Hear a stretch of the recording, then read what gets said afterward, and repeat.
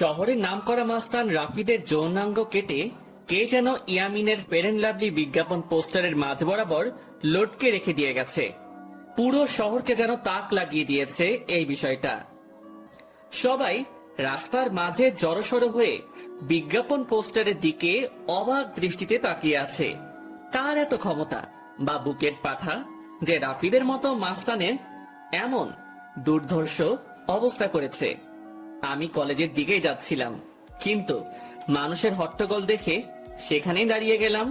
একজন মানুষ থেকে জিজ্ঞেস করলাম, ভাই কি হয়েছে এখানে?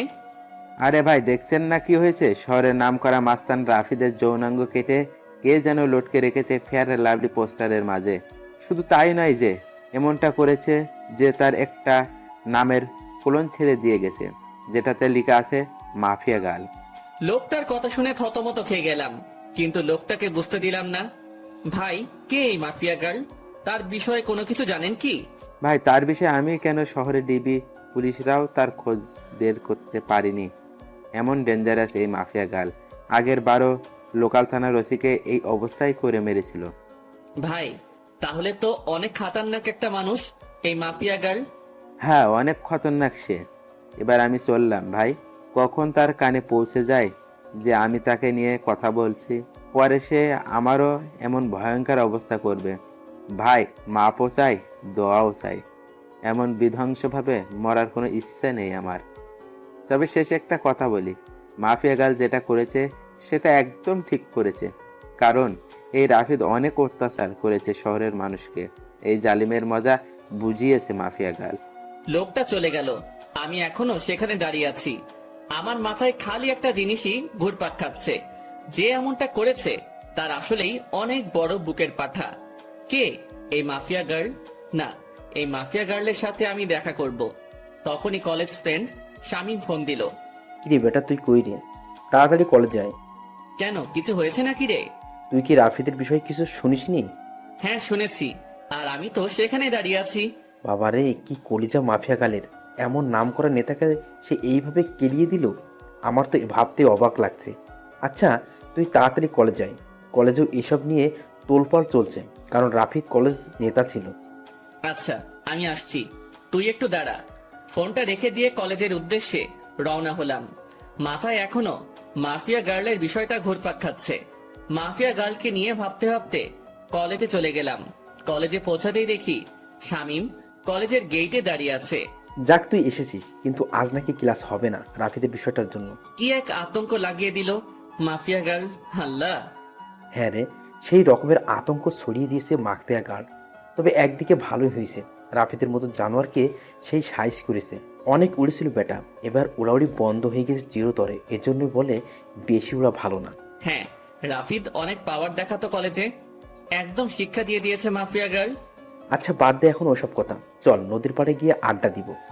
ওকে চল। তারপর দুই বন্ধু মিলে চলে গেলাম নদীর পাড়ে। সেখানে গিয়ে দুই বন্ধু বসে বসে আড্ডা মারছি। হঠাৎই নজর পড়লো আমাদের অপোজিটে বসে থাকা একটা মেয়ের দিকে। সে ল্যাপটপ নিয়ে বসে বসে কি একটা যেন করছিল। মেয়েটাকে ঠিক মতন দেখা যাচ্ছে না, কারণ চুলের কারণে পুরো চেহারা ঢেকে আছে।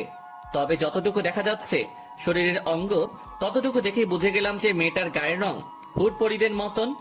এই আকাশ, তুই ওদিক তাকিয়ে কি দেখছিস? আমি কত সময় ধরে বকবক করে চলেছি। আরে দেখ না, সামনে বসে থাকা মেয়েটার দিকে কেমন মগ্ন হয়ে ল্যাপটপে কাজ করছে। আরে, এ তো আমাদের কলেজের রামিসা, যে কিনা কলেজের টপার, সবসময় পড়ালেখা নিয়ে মগ্ন থাকে। এখন নিশ্চয়ই ল্যাপটপে পড়ালেখা নিয়ে গবেষণা চলছে। শামীম, তুই একটা জিনিস লক্ষ্য করেছিস? মেয়েটার তার চুলগুলো কত লম্বা লম্বা, আর গায়ের রংটাও পুরো দুধে আলতা। হ্যাঁ, সে আমি অনেক আগ থেকে জানি, কারণ কলেজের সবাই ওর জন্য পাগল, কিন্তু সে কাউকে পাত্তা দেয় না। সারাদিন পড়ালেখা নিয়ে পড়ে থাকে, তার কাছে এসবের কোনো টাইম নাই। কিন্তু বন্ধু, মেয়েটাকে দেখে না আমার ভিতরে কেমন ঘুটাঘুটি হচ্ছে। মনে হচ্ছে যেন মেয়েটা আমার ভবিষ্যৎ বউ হবে। সেই স্বপ্ন কোনোদিনই পূরণ হবে না তোর, কারণ আমাদের মতো ছাগলের কপালে এসব মেয়ে কখনোই জুটবে না। আরে জুটবে কি জুটবে না সেসব পরে দেখা যাবে, কিন্তু এখন চল না, ওর সাথে একটু কথা বলে আসি। মনটা না কেমন যেন ছটফট করছে কথা বলার জন্য। আরে ভাই, তোর কি মনে হয় সে আমাদের সাথে কথা বলবে? ভাই তাও চল না প্লিজ। চল। শামীমকে নিয়ে মেয়েটার কাছে চলে গেলাম। মেয়েটার সামনে গিয়ে দাঁড়িয়ে আছি ছায়া মূর্তির মতন, কিন্তু তার যেন আমাদের দিকে কোনো খেয়ালই নেই। সে তার কাজে মগ্ন হয়ে আছে। এই দেখলি, দানবের মতো দুটো মানুষ আমরা তার সামনে এসে দাঁড়িয়ে আছি, কিন্তু আমাদের দিকে কোনো খেয়াল নেই। রামিসা এমনই, কারোর সাথে কথাই বলে না। আরে চুপ থাক তো, আমি কথা বলছি, দেখতে থাক। আমি গলায় বড় করে কাশি দিলাম, কিন্তু মেয়েটার কোনো রেসপন্সই দেখতে পেলাম না। মেয়েটা এখনো তার কাজে মগ্ন। এবার শরম লজ্জা ভেঙে সোজা ডাক দিলাম, এই যে শুনছেন। মেয়েটা আমার ডাক শুনে ল্যাপটপ থেকে মাথা তুলে তাকালো। এতটা সময় মেয়েটার চেহারা দেখা যাচ্ছিল না, কিন্তু এখন সে আমাদের দিকে তাকানোই পুরো স্পষ্ট দেখা যাচ্ছে চেহারা। মেয়েটাকে দেখে পুরো শরীর ঠান্ডা হয়ে গেল আমার। ও আল্লাহ, এটা তো মেয়ে না, এটা তো পরিপালক থেকে ভুল করে নেমে আসা কোনো হুটপড়ি। জি বলুন। আমি মেয়েটার দিকে চোখ বড় বড় করে তাকিয়ে আছি। আমার তো পুরো দুনিয়াদারি যেন নিমিষেই থমকে গেল। আমি চুপচাপ তাকিয়ে আছি মেয়েটার দিকে। তখনই সাইড থেকে শামীম ধাক্কা দিয়ে বলল, আরে আকাশ, তুই কোথায় হারিয়ে গেলি? হ্যাঁ, শামীমের কথায় হুঁশ ফিরে আসলো। না না, আমি এখানে আছি, কোথাও হারাইনি। না হারালে বোবার মতন ওর দিকে ড্যাব ড্যাব করে তাকিয়ে আসিস যে। শামীম কথা শেষ না করতেই পাশ থেকে মেয়েটা আবার বলে উঠলো, জি কিছু বলবেন? না না, কিছু বলবো না, আপনাকে শুধু চেয়ে চেয়ে দেখবো। মানে বুঝলাম না। আরে মানে আপনার সাথে একটু কথা বলতে চাই। জি বলুন, বললাম তো। আপনার পাশে কি একটু বসা যাবে আগে? পাশে বসে কি করবেন? কি বলতে এসেছেন সেটা বলে প্লিজ চলে যান। আমি এখন পড়া নিয়ে একটু বিজি আছি। আচ্ছা থাক, তাহলে অন্য একদিন বলবো। আচ্ছা। মেয়েটা আবার ল্যাপটপে মাথা গুজে দিল, আর আমি বোকার মতন সেখানে ঠায় দাঁড়িয়ে আছি। আমার যেন ভ্রুমি কাটছে না। মেয়েটাকে দেখার পর থেকে পুরোপুরি মাতাল হয়ে গেছি আমি। এই আকাশ, চল এবার। না, আমি যাব না, তুই যা। মানে কি আকাশ, এখানে দাঁড়িয়ে দাঁড়িয়ে কি করবি শুনি? মেয়েটাকে তাকিয়ে তাকিয়ে দেখবো। আকাশ, তোর মাথা কি খারাপ টারাপ হয়ে গেল নাকি? কি সব আবল তাবল বলছিস? হ্যাঁ হ্যাঁ, হয়তো হয়ে গেছে। ওহ আল্লাহ, কোন পাগলের পাল্লায় পড়লাম আমি। আচ্ছা শামীম, একটা কথা বলি। হ্যাঁ বল। আমার না মেয়েটাকে কোলে উঠিয়ে নিয়ে কাজী অফিসে দৌড় দিতে মন চাচ্ছে। ইচ্ছে করছে এখনই বউ বানিয়ে ফেলি মেয়েটাকে। একটা ঠাটিয়ে লাগিয়ে দিব তোর গালে, বেটা ফাজিল। চল তুই এখান থেকে। শামীম আকাশকে টেনে সেখান থেকে নিয়ে আসলো। শামীম, এমনটা না করলেও পারতিস, আর একটু দেখতে দিলে কি হতো মেয়েটাকে। একদম চুপ তুই। কি সব পাগলামো শুরু করছিস আকাশ? মাথায় তার কি ছিঁড়ে গেছে নাকি তোর? হ্যাঁ, ধ্যাত বেটা, তুই আমার মনের দুঃখ বুঝলি না। থাক তুই, আমি বাসায় গেলাম। শামীমকে ফেলে রেখে সেখান থেকে সোজা বাসায় চলে আসলাম। বাসায় এসে ব্যাগ রেখে ওয়াশরুমে চলে গেলাম। একটু পর ওয়াশরুম থেকে বের হয়ে না খেয়ে সোজা শুয়ে পড়লাম। মেয়েটাকে দেখার পর থেকে যেন খাওয়া দাওয়ার সমস্ত রুচি উঠে গেছে আমার। বিছানায় শুয়ে শুয়ে মেয়েটার কথা ভাবতে লাগলাম। মেয়েটাকে নিয়ে ভাবতে ভাবতে কখন যে ঘুমিয়ে গেছি আল্লাহ জানে। এক ঘুমে রাত হয়ে যায়, তাও ঘুম ভাঙেনি আমার। শামীম ফোন দিয়ে ঘুম ভাঙিয়েছে। আকাশ তুই কি করছিস রে? আরে ঘুমাচ্ছি। হ্যাঁ, এমনটাই করবি। এদিকে দুনিয়াদারি পুরো ধ্বংস হয়ে যাচ্ছে, আর তুই পরে পরে ঘুমাচ্ছিস, বেটা বলদ। আরে কি হয়েছে? তাড়াতাড়ি ইউটিউব ওপেন কর। একটা চ্যানেল থেকে মাফিয়াকার লাইভ এসেছে, আমি তোকে লিংক দিয়ে দিচ্ছি। কি?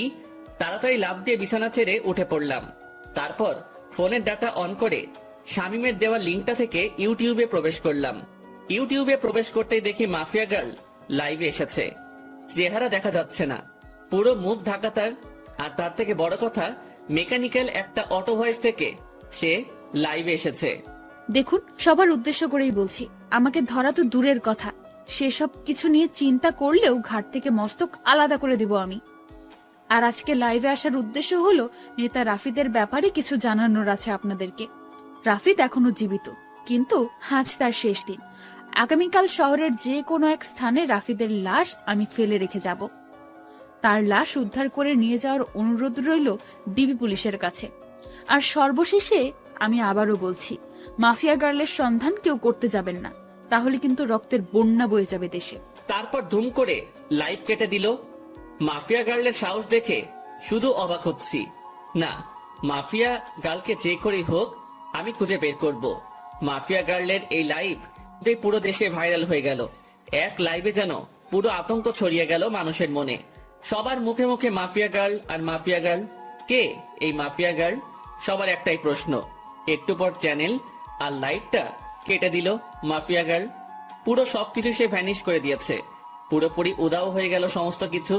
কিন্তু সবার মুখে মুখেই মাফিয়া গার্লের নাম ছড়িয়ে গেছে। ফেসবুক, টুইটার, যেখানেই যাই সেখানেই মাফিয়া গার্ল নিয়ে পোস্ট। বাপরে বাপ, এটা কি মেয়ে নাকি মানুষরূপী কোনো চিতাবাঘ? আল্লাহ ভালো জানে। এসব নিয়ে ভাবতে ভাবতে আরো কিছু সময় চলে গেল। না, এসব নিয়ে এখন আর ভাবা চলবে না। আগে গিয়ে কিছু খেয়ে নেই। বিছানা ছেড়ে উঠে পড়লাম। তারপর হাত মুখে পানি ছিটা দিয়ে এসে কিছু খেয়ে নিয়ে আবারও ঘুমিয়ে পড়লাম। সকালবেলা ঘুম ভাঙলো ফোনের আওয়াজে। কে যেন কিছু একটা মেইল করেছে। ঘুমের ঘোরে ফোনটা হাতে নিয়ে মেইলটা ওপেন করলাম। দেখলাম একটা ভয়েস মেইল। ভয়েসটা প্লে করলাম। প্লে করতেই আমার পুরো হুঁশ উড়ে গেল। আমি এক লাফ দিয়ে সোজা বিছানা ছেড়ে উঠে দাঁড়িয়ে গেলাম। মাফিয়া গার্লের সেই ভয়ঙ্কর আওয়াজে কেউ আমায় মেইল করেছে। বৎস, আমার অস্তিত্ব তালাশ করতে চেও না। আমার অস্তিত্ব তালাশ করতে গেলে নিজের অস্তিত্বই হারিয়ে ফেলবে। ভয়েসটা শুনে থতমত খেয়ে গেলাম। এটা কি করে সম্ভব? মাফিয়া গার্ল আমায় ভয়েস মেইল করেছে। শুধু তাই নয়, আমি মাফিয়া গার্লের তালাশ করছি সেটা সে জানলো কি করে? বাপরে বাপ, কি ডেঞ্জারাস মেয়ে রে বাবা! আমায় মেইল করে শাসায়। মাথায় তো কিছুই কাজ করছে না ভয়েসটা শোনার পর থেকে। কিন্তু আমি তো থেমে থাকবো না। আমি মাফিয়া গার্লের খোঁজ বের করেই ছাড়বো।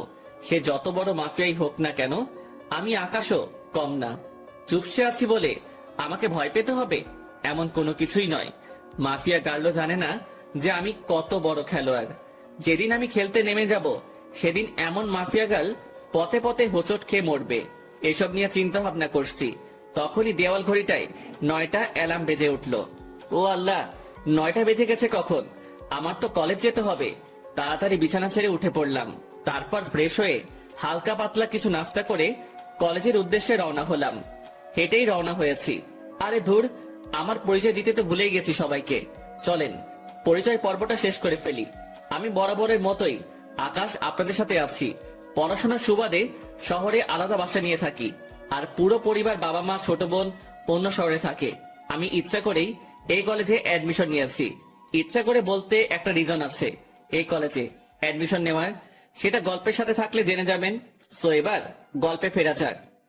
কলেজে পৌঁছে গেলাম। কলেজে পৌঁছাতেই দেখি গতকালে সেই রামিসা মেয়েটা গাছতলায় বসে বসে বই একটা হাতে নিয়ে পড়ছে। কোনো কিছু না ভেবেই মেয়েটার দিকে এগিয়ে গেলাম, কারণ এখনো ক্লাস শুরু হয়নি। আর ক্লাস হবে কিনা সেটাও সন্দেহ। মেয়েটার কাছে গিয়ে দাঁড়িয়ে আছি। মেয়ে আমায় দেখে আজ নিজ থেকে কথা বলল। কালকের বিষয়টা নিয়ে কিছু বলতে আসছেন বুঝি? না, তেমন কিছু না। মানে হ্যাঁ, মেয়েটার এমন ধারা কথা শুনে কি বলবো, সবটাই গুলিয়ে গেছে। তো বলুন। আচ্ছা, আপনার সাথে কি ফ্রেন্ডশিপ করা যাবে? না, ফ্রেন্ডশিপ করা যাবে না, কারণ আমি কোনো ছেলের সাথেই চলাফেরা করি না। প্লিজ না করিয়েন না। আমি কিন্তু একদম বাজে ছেলে না। তাও আমি পারবো না। তবে হ্যাঁ, পড়ালেখা নিয়ে টুকটাক কথা বলার প্রয়োজন হলে বলতে পারবেন। আচ্ছা ঠিক আছে। কিন্তু আপনাকে তো কলেজে নতুন মনে হচ্ছে। হ্যাঁ, আমি নতুন। 1 মাস আগে অ্যাডমিশন নিয়েছে এই কলেজে, অন্য কলেজ থেকে ট্রান্সফার হয়ে। তবে রেগুলার হয়েছি 1 সপ্তাহ হবে। কোন ইয়ারে অ্যাডমিশন নিয়েছেন? সেকেন্ড ইয়ারে। আপনি? ও, আপনিও তাহলে আমার সেম ক্লাস। তার মানে আপনিও সেকেন্ড ইয়ারে পড়েন? হ্যাঁ। আচ্ছা, এখন আমি একটু বিজি পড়া নিয়ে। আপনার সাথে পরে কথা হবে, কেমন? আচ্ছা ঠিক আছে, সে না হয় পরে কথা বলবো। কিন্তু একটা কথা, আমরা যেহেতু একই ইয়ারের, তাহলে তুমি করে বলা যায়। আমি আপনি ডেকে মজা পাই। আচ্ছা ঠিক আছে, যেমনটা আপনার মর্জি। সেখান থেকে চলে আসলাম। বাপরে বাপ, কি মেয়ে! ভাও এই দিচ্ছে না। আমার মনে জলে আগুন, আর সে বাজায় সাপের বিন। তবে সমস্যা নেই, তোমায় তো আমি নিজের করেই ছাড়বো। তোমায় নিজের মনে ফিক্সড করে নিয়েছি, বিয়ে করলে তোমায় করব। সেখান থেকে আসতে না আসতেই শামীম কলেজের গেট দিয়ে প্রবেশ করলো। কিরে, তুই এখন এলি? এই তো একটু আগে। আচ্ছা চল ক্যান্টিনের দিকে যাই। কলেজের পরিবেশ দেখে তো মনে হচ্ছে না যে আজ ক্লাস হবে। আমারও তাই মনে হচ্ছে। চলো তাহলে ক্যান্টিনেই যাই। তারপর দুজন মিলে ক্যান্টিনে চলে গেলাম। কলেজে যেদিন অ্যাডমিশন নিয়েছি সেদিনই শামীমের সাথে আমার পরিচয় হয়েছে। অল্প কয়েকদিনে খুব ভালো বন্ধু হয়ে উঠেছি আমরা। 2 বন্ধু মিলে ক্যান্টিনে বসে বসে কফি খাচ্ছিলাম। তখনই আশেপাশের লোকজন সবাই একদিকে দৌড়ে ছুটে যাচ্ছে। একজনকে ডেকে জিজ্ঞেস করলাম, ভাই কি হয়েছে? আপনারা এভাবে দৌড়াচ্ছেন কেন? আরে ভাই, আপনারা কোন দুনিয়ায় থাকেন? হ্যাঁ, যে কোনো কিছুই বলতে পারেন না? ভাই, এই দুনিয়াতেই আছি, কিন্তু কি হয়েছে সেটা তো বলবেন। আরে মাফিয়া গার্ল রাফিদকে মেরে ওর লাশ চৌরাস্তার মোড়ে লটকে রেখে দিয়ে গেছে। লোকটার কথা শুনে মাথায় বড়সড় একটা বাজ পড়লো। মাফিয়া গার্ল সত্যি তাহলে রাফিদকে মেরে ফেলেছে। শামিম, চল তো তাড়াতাড়ি। হ্যাঁ চল। শামিমকে নিয়ে তাড়াতাড়ি চৌরাস্তার মোড়ে চলে গেলাম।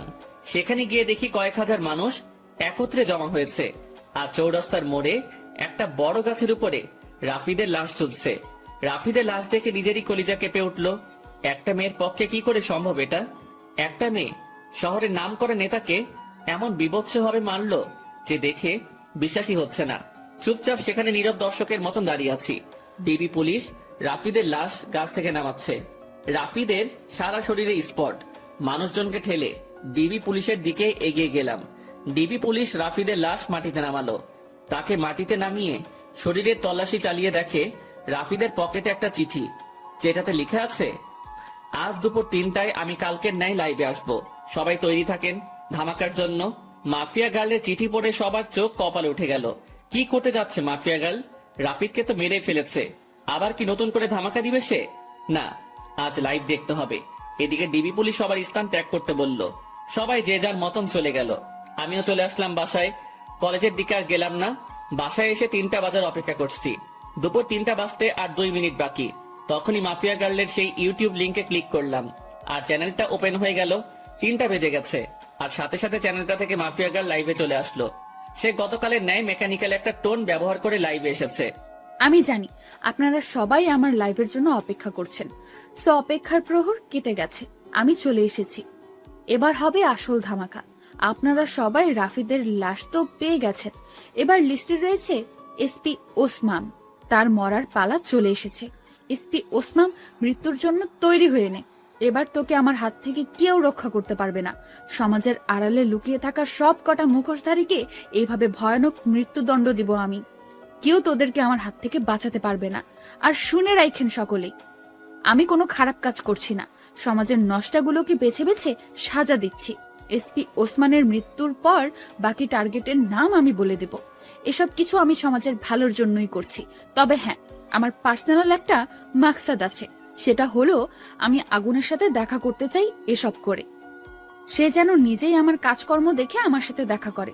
যতদিন না সে আমার সাথে দেখা করবে, ততদিন আমি এইরূপ কাজ করেই যাব। মাফিয়া গার্লের মুখে আগুন নামটা শুনে ভিতরে ছ্যাত করে উঠল। আল্লাহ, এ তো দেখি উল্টো চক্র। যেখানে মাফিয়া গার্লকে আমি খুঁজছি, সেখানে সে উল্টো আগুনের তালাশ করছে। না, মাফিয়া গার্লের খোঁজ বের করতেই হবে, যে করে হোক না কেন। আমি মাফিয়া গার্লকে খুঁজে বের করবই। তবে আগে মাফিয়া গার্লের পরিশেষটা শুনি, সে কি বলতে চাই। আগুন, আপনি যেখানেই আছেন না কেন, আপনি যদি আমার তালাশ না করেন, তাহলে এসব কোনোদিনও বন্ধ করব না আমি। একটা কোডিং দিয়ে গেলাম আমার, 2244। এই কোডিংটা আপনি ছাড়া কেউ বুঝবে না, সো নিজেই আমার খোঁজ বের করুন। মাফিয়া গার্লের কোডিং শুনে আরো মাথা খারাপ হয়ে গেল। মাফিয়া গার্ল চাইছেটা কি? কিছুই তো মাথায় কাজ করছে না। সে আগুনের সাথে দেখা করতে চায়, তার উপরে আবার সে নিজের লিড কোড ইউজ করছে। মাথা তো পুরো কাজ করা বন্ধ করে দিয়েছে, আর কিছুই যেন ভাবতে পারছি না। মাথা পুরো জ্যাম হয়ে গিয়েছে। মাফিয়া গার্ল লাইভ কেটে দিয়ে বের হয়ে গিয়েছে। এদিকে আমার মাথায় প্যাটার্ন পড়ে গেছে, মস্তিষ্ক পুরো নিস্তেজ হয়ে গেছে আমার। না, আর না, আগে নিজেকে একটু রিল্যাক্স করি, পরে না হয় মাফিয়া গার্লকে নিয়ে ভাবা যাবে। ডাটা অফ করে দিয়ে শুয়ে পড়লাম। এখন একটু ঘুমাবো, পরে না হয় ঘুম থেকে উঠে বিষয়টা নিয়ে ভাবা যাবে। যেমন ভাবা তেমন কাজ, সব চিন্তা একপাশে রেখে ঘুমিয়ে পড়লাম। বিকাল বেলায় ঘুম থেকে উঠে বাহিরে চলে গেলাম। মাথা কেমন যেন ভারী হয়ে আছে। তাড়াতাড়ি কাকুর দোকানে যেতে হবে আমার, না হয় মাথা ঠিক হবে না। ওনার দোকানে গিয়ে চা খেয়ে আগে মাথা ঠিক করতে হবে। কাকুর দোকানে গিয়ে চায়ের অর্ডার করলাম। মাথার জ্যাম মোটামুটি ছুটেছে মনে হচ্ছে। চা খেয়ে শরীরটা চাঙ্গা লাগছে একটু। হ্যাঁ, এবার শান্ত মাথায় ভাবি মাফিয়া গার্লের কথা। আচ্ছা, মাফিয়া গার্ল আমার খোঁজ কেন করছে? কি চাই সে আমার কাছে? আর কেনই বা সে এসব কর্মকাণ্ড করছে? দেশে তো প্রশাসন আছে দুর্নীতিবাজদেরকে শাস্তি দেওয়ার জন্য, তারপরেও কেন মাফিয়া গার্ল আইনের বিপক্ষে যাচ্ছে? হাজারটা প্রশ্ন নিজেকে নিজে ছুড়ে মারলাম। এবার আমার শান্ত মস্তিষ্ক ধীরে ধীরে সব কয়টা প্রশ্নের উত্তর খোলাসা করতে লাগলো। দেখো, দেশে যে অবস্থা তা কোনোদিন শুধরাবে না। একটার পর একটা দুর্নীতিবাজ পয়দা হয়ে যাবে, কখনো তাদেরকে থামানো যাবে না। নিজের মনের উত্তরের সাথে মাফিয়া গালের কর্মকাণ্ডের জাজমেন্ট করলাম। পরিশেষে যা বুঝতে পেলাম, হ্যাঁ, মাফিয়া গাল একদিকে ঠিকই করছে, তাদের শাস্তি হয় না, সে তাদেরকে শান্তি দিচ্ছে। এমন একটা মানুষের এই অভাব ছিল দেশে, কিন্তু একটা জিনিসের উত্তর কোনোভাবেই পেলাম না। মাফিয়া গার্ল আমার খোঁজ করছে কেন, কি চায় সে আমার কাছে, এটার উত্তর আমার জানতেই হবে। তবে তার জন্য মাফিয়া গার্লকে দরকার আমার। হ্যাঁ, মাফিয়া গার্লকে দরকার আমার। মাফিয়া গার্ল, তুমি অপেক্ষায় থাকো, জলদি দেখা হচ্ছে তোমার সাথে। কাকুর দোকান থেকে উঠে চলে এলাম। ভিতরে খালি একটা জিনিসই কাজ করছে, মাফিয়া গার্লের খোঁজ বের করা। হ্যাঁ, সেটা আমি অতি শীঘ্রই বের করে ফেলবো। তারপর হবে আসল খেলা। যদি অসাধু কোনো মতলব থাকে আগুনকে নিয়ে মাফিয়া গার্লের, তখন মাফিয়া গার্ল বুঝতে পারবে যে কত ধানে কত চাল। আগুনও কোনো ফেলনার জিনিস না, সেটা সে তখন হারে হারে টের পাবে। তবে তার একটা হেস্তনেস্ত করবই আমি। সে আগুনকে হয়রানি করিয়েছে, সে জানে না যে সে আগুন নিয়ে খেলা করছে। যে আগুন বছর 3 আগে জ্বলে উঠেছিল, সেদিন কয়েক শতাধিক মানুষের চোখে মুখে ছিল কান্না, আর আতঙ্কে ছিল পুরো দেশ। আর সে আগুনকে মাফিয়া গার্ল নামক 2 দিনের একটা মেয়ে ফোর্স করে দেখা করার জন্য, এটার মজা তাকে বুঝাবো আমি। এসব নিয়ে ভাবতে ভাবতে বাসায় চলে এলাম। বাসায় এসে কিছু সময় বই নিয়ে ঘাটাঘাটি করে উঠে পড়লাম। তারপর খেয়ে দিয়ে বিছানায় পিঠ এলিয়ে দিলাম। শুয়ে শুয়ে ফেসবুকিং করছি, নিউজ ফিড ঘাটছিলাম। তখনই মাফিয়া গার্লকে নিয়ে একটা পোস্ট সামনে এলো। কে যেন গ্রুপে মাফিয়া গার্লকে নিয়ে পোস্ট করেছে। পোস্টের ক্যাপশনে লেখা, mafia girl is the best women in the world. ইস, আমিও যদি মাফিয়া গার্লের মতন হতে পারতাম। পোস্টটা দেখে একটা রিয়াকশন মনে পড়লো, বাবা গো বাবা, টুরু লাভ। আরে বেটা, তোর যদি এতই মাফিয়া গার্লের মতন হওয়ার ইচ্ছা, তাহলে লিঙ্গ পরিবর্তন করে মাফিয়া গার্লের মতন কাজকর্ম শুরু করলেই পারিস। যত সব বিরক্তিকর পোস্ট, মাথা পুরো বিগড়ে যাচ্ছে মানুষের আহ্লাদ দেখে। কি যে পেয়েছে মানুষ মাফিয়া গার্লকে নিয়ে, আল্লাহ। যেখানে যাই সেখানেই মাফিয়া গার্ল আর মাফিয়া গার্ল, পুরো ডিসকাস্টিং। বাঙালি কিছু একটা পেলেই ভার্চুয়াল জগতে তোলপাড় শুরু করে দেয়, বিশেষ করে ফেসবুকে। বিরক্ত নিয়ে ফেসবুক থেকে বের হয়ে আসলাম। তারপর ঘুমিয়ে গেলাম। পরের দিন সকালবেলায় উঠে কলেজে চলে গেলাম, কিন্তু আমি আমার খোঁজ চালু করে দিয়েছি। মাফিয়া গার্লের খোঁজ করতে করতে 2-1 দিন কেটে গেল। অনেক চেষ্টা চালিয়েছি মাফিয়া গার্লের খোঁজ বের করার, কিন্তু কোনো রকমেই খোঁজ বের করতে পারলাম না। কিন্তু আমি হাল ছাড়বো না। তবে একটা কথা, আমি যদি পাওয়ার খাটাই তাহলে ঘন্টা খানিকের মধ্যে মাফিয়া গার্লের খোঁজ পেয়ে যাব আমি। কারণ আমার জন্য কোনো কিছুই অসম্ভব নয়। আমি সেই খতরনাক খেলাড়ি যে কিনা অনেক বড় বড় মাপের মানুষের হাল খারাপ করে দিয়েছি। আমি সেই আগুন। আমি একবার হাতের ইশারা করলেই মাফিয়া গার্লকে আমার সামনে নিয়ে চলে আসবে আমার ছেলে পেলে। কিন্তু আমি চাই না পাওয়ার খাটাতে, আমি চাই নিজের বলে ওকে বের করব। আর তাছাড়া পাওয়ার খাটাতে গেলে আমার অতীত সামনে চলে আসবে, কিন্তু আমি চাই না আমার অতীত সামনে আসুক। তাই চুপিসারে খোঁজ চালাতে থাকলাম। এভাবে আরো কয়েকটা দিন কেটে গেল। আমি মাফিয়া গার্লের খোঁজ চালু রাখলাম, এখনো তাকে বের করতে পারিনি। তবে হঠাৎ একদিন আরেকটা ভয়ঙ্কর ঘটনা সামনে এলো। মাফিয়া গার্ল সেই এসপি কে মেরে ফেলেছে। শুধু তাই নয়, রাফিদের থেকে বিভৎসভাবে মেরেছে তাকে। এসপি কে মেরে তার যৌনাঙ্গ কেটে মুখের সাথে সেলাই করে দিয়ে কারেন্টের খাম্বায় লটকে রেখেছে। সাথে গলার মধ্যে একটা নেম প্লেট ঝুলিয়ে দিয়েছে, যাতে লেখা আছে, আমি এসপি এনামুল, দুর্নীতির জন্য আজ আমার এমন ভয়াবহ মৃত্যু হয়েছে। এবার তো আরো আতঙ্ক ছড়িয়ে গেল। আগেরবার রাফিদ, এবার প্রশাসনিক কর্মকর্তা। এমন কর্মকাণ্ড করে মাফিয়া গার্ল এবার আরো ভাইরাল হয়ে গেল দেশে। এদিকে আমার মাথায় তো বাজ পড়েছে মতন অবস্থা। না, এবার আর চুপ থাকবো না। মাফিয়া গার্লকে এবার টেনে হেসড়ে বের করে আনবো আড়াল থেকে। আমি এসব নিয়ে ভাবছিলাম, তখনই শামীমের ফোন। কিরে, তুই কই রে? চৌরাস্তার মোড়। কেন? রামিসা তোর খোঁজ করছে, তাড়াতাড়ি কলেজে আয়। হঠাৎ রামিসা আমার খোঁজ করলো কেন? তা আমি জানবো কি করি? তুই কলেজে এসে ওর খোঁজ জেনে নে, সে কেন তোর খোঁজ করছে। ওকে, আমি আসছি। ফোনটা রেখে দিয়ে কলেজের উদ্দেশ্যে রওনা দিলাম। আজ 2 দিন কলেজে যাওয়া হচ্ছে না, কারণ শরীর একটু অসুস্থ। তার থেকে বড় কথা, মাফিয়া গার্লের খোঁজ করছি আমি। কিন্তু এখন শামীম ফোন দিয়ে যেতে বলল, তাড়াতাড়ি কলেজে চলে গেলাম। কিরে, রামিসা কই? ওই যে ওই দিকটাতে বসে আছে। আচ্ছা, আমি দেখে আসছি। কেন ডেকেছে সে? শামীমকে রেখে রামিসার কাছে চলে গেলাম। এই যে, কেন খোঁজ করেছো আমায়? কেন, আপনি জানেন না? আমি জানবো কি করে যে তুমি আমার কেন খোঁজ করেছো? আমাকে একটা অ্যাসাইনমেন্ট দেখিয়ে দিতে বলেছিলেন যে, মনে নেই? সেটা আমি করে এনেছি বাসা থেকে। ও মাই গড, রামিসা, সরি। আমি আসলে সত্যিই ভুলে গিয়েছিলাম জিনিসটা। পাঠকটা হয়তো ভাবছেন যে তাকে আমি কখন অ্যাসাইনমেন্ট দেখিয়ে দিতে বলেছি। আর তার সাথে আমার কথা হলো কি করে? আসলে হলো যে সে আমায় যখন বলেছে পড়াশোনার বিষয় নিয়ে চাইলে বন্ধুত্ব করতে পারে সে, তারপর তার সাথে আমি সেই রূপ বন্ধুত্ব করি। কারণ কোনো কিছু হতে হলে তার সাথে আগে মিশতে হবে আমাকে। তাই আমি পড়াশোনার বাহানা দিয়ে তার সাথে মিশেছি। অনেক কষ্ট হয়েছে তার সাথে মিশতে। শুরুতে তো রাজি হয়নি, পরে পড়াশোনার বুঝিয়ে নেওয়ার বাহানা করে মিশেছি। এই যে কি হলো, চুপ হয়ে গেলেন যে? আরে না, তেমন কিছু না। আচ্ছা নেন খাতাটা, এটার মধ্যে আমি করে দিয়েছি। অনেক অনেক ধন্যবাদ রামিসা। তারপর রামিসার হাত থেকে খাতাটা নিলাম, কিন্তু হঠাৎ চোখ গেল তার হাতের আঙুলের দিকে। আঙুলের পাশে একটা সামান্য করে কালো দাগ, যেই দাগটা আমার মোটামুটি পরিচিত। কার হাত যেন দেখেছি আমি এমন একটা কালো দাগ। দেবাঙ্গে প্রেসার দিলাম, তখনই মনে পড়লো মাফিয়া গার্ল যখন লাইভে এসেছিল তখন তার হাতেও এমন একটা কালো দাগ ছিল। যদিও তার চেহারা কালো কাপড়ে ঢাকা ছিল, কিন্তু আঙুলের পাশের কালো দাগটা স্পষ্ট দেখা গিয়েছিল। মাথা পুরো চক্কর দিয়ে উঠলো জিনিসটা ভাবতেই। তার মানে কি এই রামিসাই সেই মাফিয়া গার্ল? ভিতরে ভিতরে কৌতূহল কাজ করছে একটা। না, কৌতূহল আর পুষে রাখবো না। সোজা রামিসাকে জিজ্ঞেস করলাম, রামিসা তোমার হাতে ওটা কিসের দাগ? রামিসা আকাশের কথা শুনে থতমত খেয়ে যায়। কিসের দাগ? হাতের আঙুলের পাশে একটা কালো দাগ দেখলাম। আমি সেটার কথা বলছি। আমার কথা শুনে রামিসা কেমন যেন ঘাবড়ে গেল। না না, ওটা কিছু না, এমনিতেই চোট লেগেছিল ছোট থাকতে আমার, তখন এই আঙ্গুলের পাশে কালো স্পটটা পড়েছে। ও, কিন্তু দাগটা না আমার বেশ পরিচিত। আরে কি বলছেন এসব? হ্যাঁ, আমার হাতের স্পট আপনার পরিচিত হবে কি করে? আপনার কি মাথা গেছে নাকি? হ্যাঁ না, মাথা যায়নি। আচ্ছা থাক, বাদ দাও এখন এসব কথা। এখন ওঠা যাক, কারণ অ্যাসাইনমেন্ট করে দিয়েছো, সেটা বাসায় গিয়ে খাতায় উঠাতে হবে। আচ্ছা ঠিক আছে, আপনি যান, আমি আরো কিছু সময় এখানেই বসে পড়বো। আচ্ছা। তারপর সেখান থেকে চলে এলাম, কিন্তু মনের ভিতর কেমন যেন একটা খটকা লাগছে। মাফিয়া গার্লের হাতে যেমন কালো দাগ, ঠিক তেমন কালো দাগ রামিসার হাতে। এটা কি করে সম্ভব? আর তাছাড়া রামিসার সাথে কথা বলার সময় লক্ষ্য করেছি সে কেমন যেন ঘাবড়েছিল। সে যদি সত্যি মাফিয়া গার্ল না হয় তাহলে ঘাবড়েছিল কেন? দূর, মাথায় কিছুই কাজ করছে না।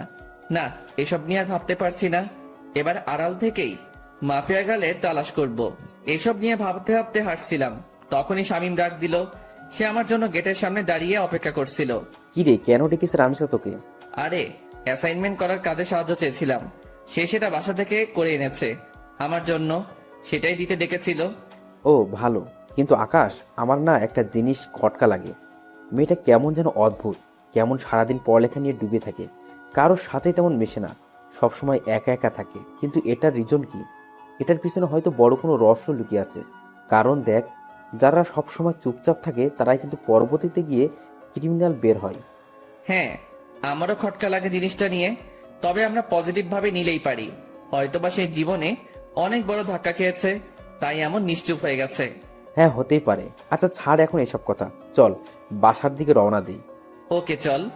শামীমের সাথে কথা বলে বাসায় চলে গেলাম। সে তার বাসায় গিয়েছে, আর আমি আমার বাসায়। বাসায় এসে ফ্রেশ হয়ে খেয়ে নিলাম। হোটেলের বয়সে খাবার রেখে দিয়ে চলে গেছে। খেয়ে দিয়ে বিছানায় গায়ে এলিয়ে দিলাম। ফোনটা হাতে নিয়ে ডাটা অন করলাম, ফেসবুকিং করব একটু। কিন্তু অবাক কাণ্ডটা তখনই ঘটলো যখন আমি ফেসবুক অ্যাপসটাতে প্রবেশ করলাম। আমার ফেসবুক অ্যাকাউন্ট অন্য কেউ কন্ট্রোলে নিয়ে নিয়েছে, তবে আমি ফেসবুকে প্রবেশ করলাম ইজিলি ভাবে। আমার অ্যাকাউন্ট অন্য কারো কন্ট্রোলে, সেটা শিওর হলাম মেসেঞ্জার দেখে। আমার নিজের ইনবক্সে অটোমেটিক মেসেজ আসছে। কি রে, অনেক উড়াউড়ি করছিস মনে হয়। মানে বুঝলাম না, আপনি কে? আর আমার আইডি কেন হ্যাক করেছেন? আমি কে সেটা আমার কথা শুনেই বুঝে যাবি। আর আইডি হ্যাক করেছি তোর 12টা বাজাতে। মানে আমি আপনার কি ক্ষতি করেছি যে আপনি আমার 12টা বাজাতে আমার আইডি হ্যাক করেছেন? তুই আমার পিছু কেন লেগেছিস? কি মনে করিস তুই নিজেকে? হ্যাঁ, লুকিয়ে খুঁজে বের করে ফেলবি? এত সহজ সবকিছু? কথা শুনে বুঝতে বাকি নাই যে মাফিয়া গার্ল আমার অ্যাকাউন্ট হ্যাক করে নিজের আয়ত্তে নিয়ে নিয়েছে। তাড়াতাড়ি সেটিংসে চলে গেলাম। সেখানে গিয়ে ইনফরমেশন চেক করে দেখি আমার সমস্ত কিছু মাফিয়া গার্ল পরিবর্তন করে ফেলেছে। নাম্বার, জিমেল সবকিছু পরিবর্তন করে নিজের মেইল বসিয়ে দিয়েছে। আরে সেটিং এ গিয়ে কোনো লাভ নাই, সবকিছু আমার আয়ত্তে। তোর অ্যাকাউন্ট পুরোপুরি ভাবে হ্যাক করে নিয়েছি আমি। তাহলে আমি আইডিতে প্রবেশ করলাম কি করে? আমি চেয়েছি তাই তুই প্রবেশ করতে পেরেছিস, কারণ আমি সবকিছু পরিবর্তন করলেও CLI লগ আউট মারিনি, তাই তুই প্রবেশ করতে পেরেছিস। মারেননি কেন? কারণ আমি চেয়েছিলাম তোর সাথে কথা বলবো, তাই তোর আইডি আয়ত্তে নিয়ে তোর নিজের ইনবক্সেই তোর সাথে কথা বলছি। এত ওরা ভালো না, মাথায় রাখবেন। যেই পাখির ডানা বেশি বড় হয়ে যায় সেই পাখির উঠতে সমস্যা হয়। উঠছিস তো তুই নিজে, তুই আমার খোঁজ করতে উঠে পড়ে কেন লেগেছিস? কি মরার শখ গজিয়েছে? অসাধারণ জোকস, হাসি আসলো আপনার কথা শুনে। হাসি বের করে দিব, টেনশন নিস না। মরার জন্য এত উতাল পাতাল হচ্ছিস তো, সেই শখ আমি পূরণ করে দেব। সবে মাত্র অ্যাকাউন্ট হ্যাক করেছি, আর একটু ধৈর্য ধর, তারপর তুই নিজেই হ্যাক হয়ে যাবি। এই জোকসটা আরো সেরা ছিল, তবে আমার একটু হাসি আসেনি এবার, কারণ এমন আবাল সাবাল আমি গুনি না। আর আপনি যত বড় মাফিয়া হন না কেন, সেসব আমার দেখার বিষয় না। সো আমার ভয় দেখাতে আসিয়েন না। আপনার মতন অনেক বড় বড় খিলাড়ি দেখেছি আমি। সো ফাও ফাও পাগলামো না করে নিজের মতন থাকেন, না হয় নিজের বিপদ নিজেই ডেকে আনবেন। তুই মনে হয় আমার সম্পর্কে ভালো করে না জেনে কথা বলছিস। আপনার সম্পর্কে না জেনে কথা বলছি না, বরং আপনি আমার সম্পর্কে না জেনে কথা বলছেন। শুনেন, কারোর সাথে পাঙ্গা নেওয়ার আগে দেখে শুনে নিবেন, না হয় পরে দেখা যাবে বিপরীত পক্ষ বাপ লেভেলের মানুষ। সো বুঝে শুনে পাঙ্গা নেন। বাপ না চিনে পাঙ্গা নিতে আসবেন তো সোজা বাসমারা খাবেন। হারামির বাচ্চা, তুই সত্যিই মরবি। মাফিয়া গার্লের সাথে বেয়াদবি করার ফল তুই পাবি। তোর প্রথম সাজা স্বরূপ আইডিটা চিরতরে পাবি না, বাকি তোকে পরে আমি সাইজ করব। এতটা সময় ভালো করে কথা বলেছি, কিন্তু এখন আর না। তুইও শুনে রাখ, বাপ না চিনে আবলামি করার কারণে কিক দিয়ে সোজা দুনিয়া ছাড়া করব তোকে। আর কি বলি তুই, আমার ফেসবুক অ্যাকাউন্ট আমি আর পাবো না? তাহলে চ্যালেঞ্জ দিয়ে বললাম, 10 মিনিটে তোর থেকে ফেসবুক অ্যাকাউন্ট আমি আমার কন্ট্রোলে নিব। দেখি পারলে আমায় আটকে দেখা। রেগে মেগে মোবাইলটা ছুঁড়ে মারলাম। তারপর বিছানা ছেড়ে উঠে গিয়ে টেবিলের উপরে থাকা ল্যাপটপটা ওপেন করে অটো কোডিং দিয়ে ফেসবুকটা ফিরিয়ে আনলাম। এটা করতে পুরোপুরি 10 মিনিটও লাগেনি। আবার মাফিয়া গার্ল আমার সাথে টক্কর দিতে আসে। তারপর ফেসবুকটাকে সিকিউরিটি করে বের হয়ে আসলাম। কোনোদিন যদি মাফিয়া গার্লকে সামনে পাই, গাল দুটো লাল করে দিব সোজা। অ্যাকাউন্ট সিকিউরিটি করে আবারও শুয়ে পড়লাম। এবারে শোয়াতে কখন যে ঘুমিয়ে গেছি তা বলতে পারবো না। বিকালবেলায় শামীম ফোন দিয়ে ঘুম ভাঙায়। আকাশ, চল আজ কোথাও গিয়ে ঘুরে আসি। বেটা ঘুম থেকে তুলে বলেছিস ঘুরতে যেতে? কত আরামে ঘুমটাই না গিয়েছিলাম। এই রাখ তোর ঘুম, 10 মিনিটের মধ্যে তামান্না আবাসিকের সামনে আসবি। শালা গরু, ঘুমটাই মাটি করে দিয়েছিস পুরো। ওকে দাঁড়া, আসছি। তারপর ফোন রেখে দিয়ে গায়ে শার্ট লাগিয়ে নিলাম। তারপর জায়গা মতন চলে গেলাম। সেখানে গিয়ে দেখি শামীম আগে থেকে হাজির। বাহ, মহারাজ এসেছেন। তোর বেটা, শান্তির ঘুমটা শেষ করলি আমার। হ্যাঁ, তোমার শান্তির ঘুম এই খালি নষ্ট করে মানুষ। বেলা বাজে কয়টা আর তুমি পড়ে পড়ে ঘুমাও? গরু দামড়া পাঠা, বউ জুটবে না তোর। ওকে, না জুটলে নাই, চল এখন ঘুরে আসি। ওকে চল। তারপর দুজন মিলে ঘুরতে চলে গেলাম। অনেক রাত পর্যন্ত দুজন মিলে ঘোরাঘুরি করেছি। রেস্টুরেন্টেও খেয়েছি। সমস্ত বিল শামীম দিয়েছে। রাত বাজে 10টা। ঘোরাঘুরি শেষ করে দুজন দুজনের বাসায় চলে এলাম। বাসায় এসে হাত মুখ ধুয়ে ফ্রেশ হয়ে শুয়ে পড়লাম। শরীর অনেক ক্লান্ত, তাই শুতেই ঘুমিয়ে গেছি। সকালবেলায় ঘুম থেকে উঠে রেডি হয়ে কলেজে চলে গেলাম। কলেজে গিয়ে দেখি গেটের মধ্যে রামিসা দাঁড়িয়ে আছে। সে আমাকে দেখতে পেয়ে, যাক, ভালোই হয়েছে, চলেন আমার সাথে, আমার কিছু কথা আছে। বাহ, আজ সূর্য কোন দিকে উঠেছে। আচ্ছা চলো। দুজনে একপাশে চলে গেলাম। হ্যাঁ, এবার বলো। আমি আপনার সাথে বন্ধুত্ব করতে চাই। রামিসার কথা শুনে সত্যি মনে হচ্ছে সূর্য আজ উল্টো দিকে ধরে উঠেছে। এই এই কি হয়েছে বলো তো? তুমি আজ নিজ থেকে আমার সাথে ফ্রেন্ডশিপ করতে চাইছো, কারণ কি? তুমি তো পড়ার বিষয় ছাড়া কোনো কিছু নিয়ে কথা বলতে বারণ করেছো। দেখুন, আসলে আমার জীবনে অনেক বড় একটা ধাক্কা খেয়েছি আমি, তাই কাউকেই আর বিশ্বাস করতে পারি না আমি। অনেক ভয় হয় আমার, কিন্তু আপনাকে আমার অনেক বিশ্বাস হয়, তাই আমি আপনার সাথে বন্ধুত্ব করতে চাই। কি নিয়ে ধাক্কা খেয়েছো? তা না হয় পরে কোনো একদিন বলবো না। এখন কি বন্ধুত্ব করবেন আমার সাথে? আচ্ছা। আচ্ছা মানে কি ধরে নিব আমি? বন্ধুত্ব করেছেন? হ্যাঁ, কিন্তু তাহলে তুমি আমায় আপনি বলতে পারবে না, তুমি করে বলতে হবে। ওকে, আপনি বলবো না, তুমি করেই বলবো। রামিসার সাথে বন্ধুত্ব হয়ে কি যে খুশি লাগছে তা বলে বোঝাতে পারবো না। কারণ ভালোবাসার প্রথম ধাপ বন্ধুত্ব। রামিসার সাথে আমার সেটাই হয়েছে। এর মাঝে কয়েকটা দিন কেটে গেছে। ধীরে ধীরে দুজনের বন্ধুত্ব আরো গভীর হয়ে গেল। দুজন দুজনের অনেকটা ক্লোজ চলে এসেছি। সে আমার সাথে বন্ধুর মতোই আচরণ করে, কিন্তু আমার আচরণে তাকে যে আমি ভালোবাসি সেটা তাকে বোঝানোর ট্রাই করি। তবে সবকিছুর ভিড়ে মাফিয়া গার্ল আমার মন থেকে সরেনি। তাকে এখনো খোঁজ করে বেড়াচ্ছি আমি, কিন্তু কোনো খোঁজই পাইনি তার। তবে রামিসাকে আমার কিছুটা সন্দেহ হয়, কারণ তার হাতের কালো দাগটা মাফিয়া গার্লের সাথে মিলে। কিন্তু তাকে কখনো আমি কিছু জিজ্ঞেস করিনি, কারণ সে যদি না হয় পরে আরেক বিপাকে পড়তে হবে আমাকে। তবে যেদিন সত্যি মাফিয়া গার্লের খোঁজ পাবো সেদিন তাকে ধরবো। সেটা যদি রামিসাও হয় তাহলেও তাকে ধরবো। এভাবেই দিন কাটতে থাকে। একদিন সকালবেলা ঘুম থেকে উঠে কলেজে যাওয়ার জন্য ফ্রেশ হচ্ছি।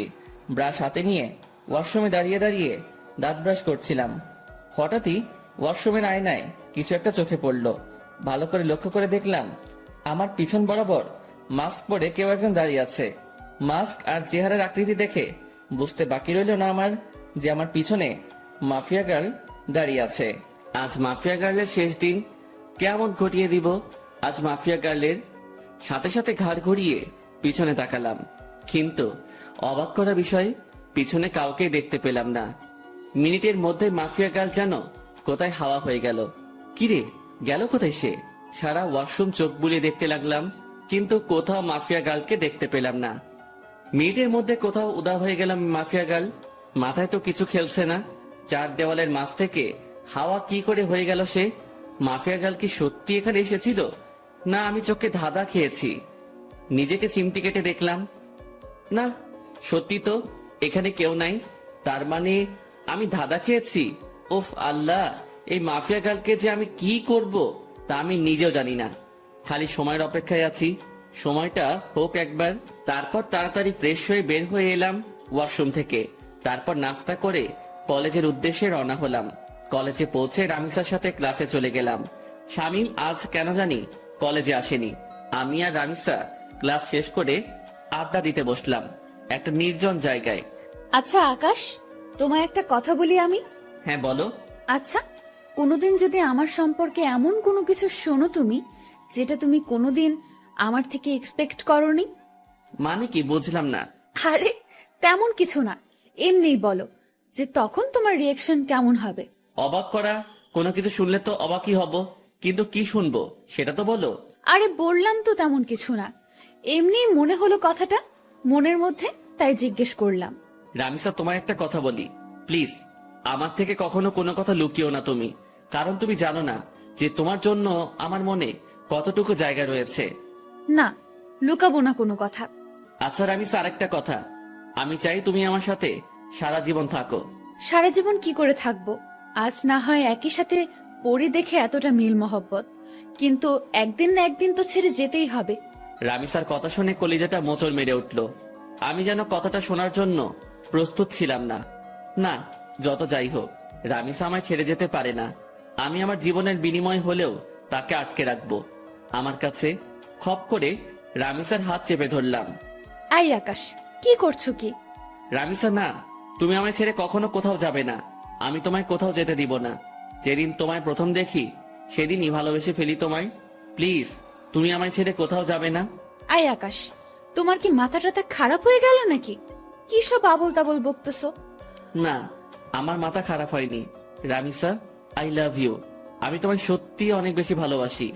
আকাশ, তোমার সত্যিই মাথা খারাপ হয়ে গেছে। তুমি আমার ব্যাপারে কোনো কিছুই জানো না, তা না জেনেও পাগলামি করছো। যখন সবটা জানবে তখন তুমি আমার চেহারাও দেখতে চাইবে না। না, আমি এত কিছু শুনতে চাই না। আমি ব্যাস তোমাকে চাই, আর কিছু দেখার সময় নেই আমার। আকাশ, আমি তুমি ক্ষমা করো, আমি তোমাকে ভালোবাসতে পারবো না। তবে হ্যাঁ, তোমার ব্যাপার নিয়ে ভেবে দেখব। যদি মন থেকে কোনো সাড়া পাই তাহলে হ্যাঁ করব তোমাকে। কিন্তু আমার মনে হয় না যে আমার মন হ্যাঁ করবে, কারণ আমার জীবনের অনেক বড় একটা মাকসাদ আছে। আমার ফোকাস শুধু সেটা নিয়ে। এর মধ্যে নতুন করে প্রেম ভালোবাসা জন্ম নেবে না কখনো। রামিসা কি সব মাকসাদের কথা বলছে, কিন্তু আমার তো তাকে চাই, শুধুই তাকে চাই। না, আমি রামিসাকে নিজের করেই ছাড়বো, সেটা যে কোনো কিছুর বিনিময়ে হোক। দরকার হয় আমার পুরনো রূপ ধারণ করব, তাও আমি রামিসাকে নিজের করে ছাড়বো। রামিসা, তোমার যত সময় লাগে তুমি নাও, তাও প্লিজ আমার তোমাকেই চাই। আকাশ, আমি বললাম তো আমি ভেবে দেখবো। প্লিজ এমন পাগলামো করো না। আচ্ছা ঠিক আছে।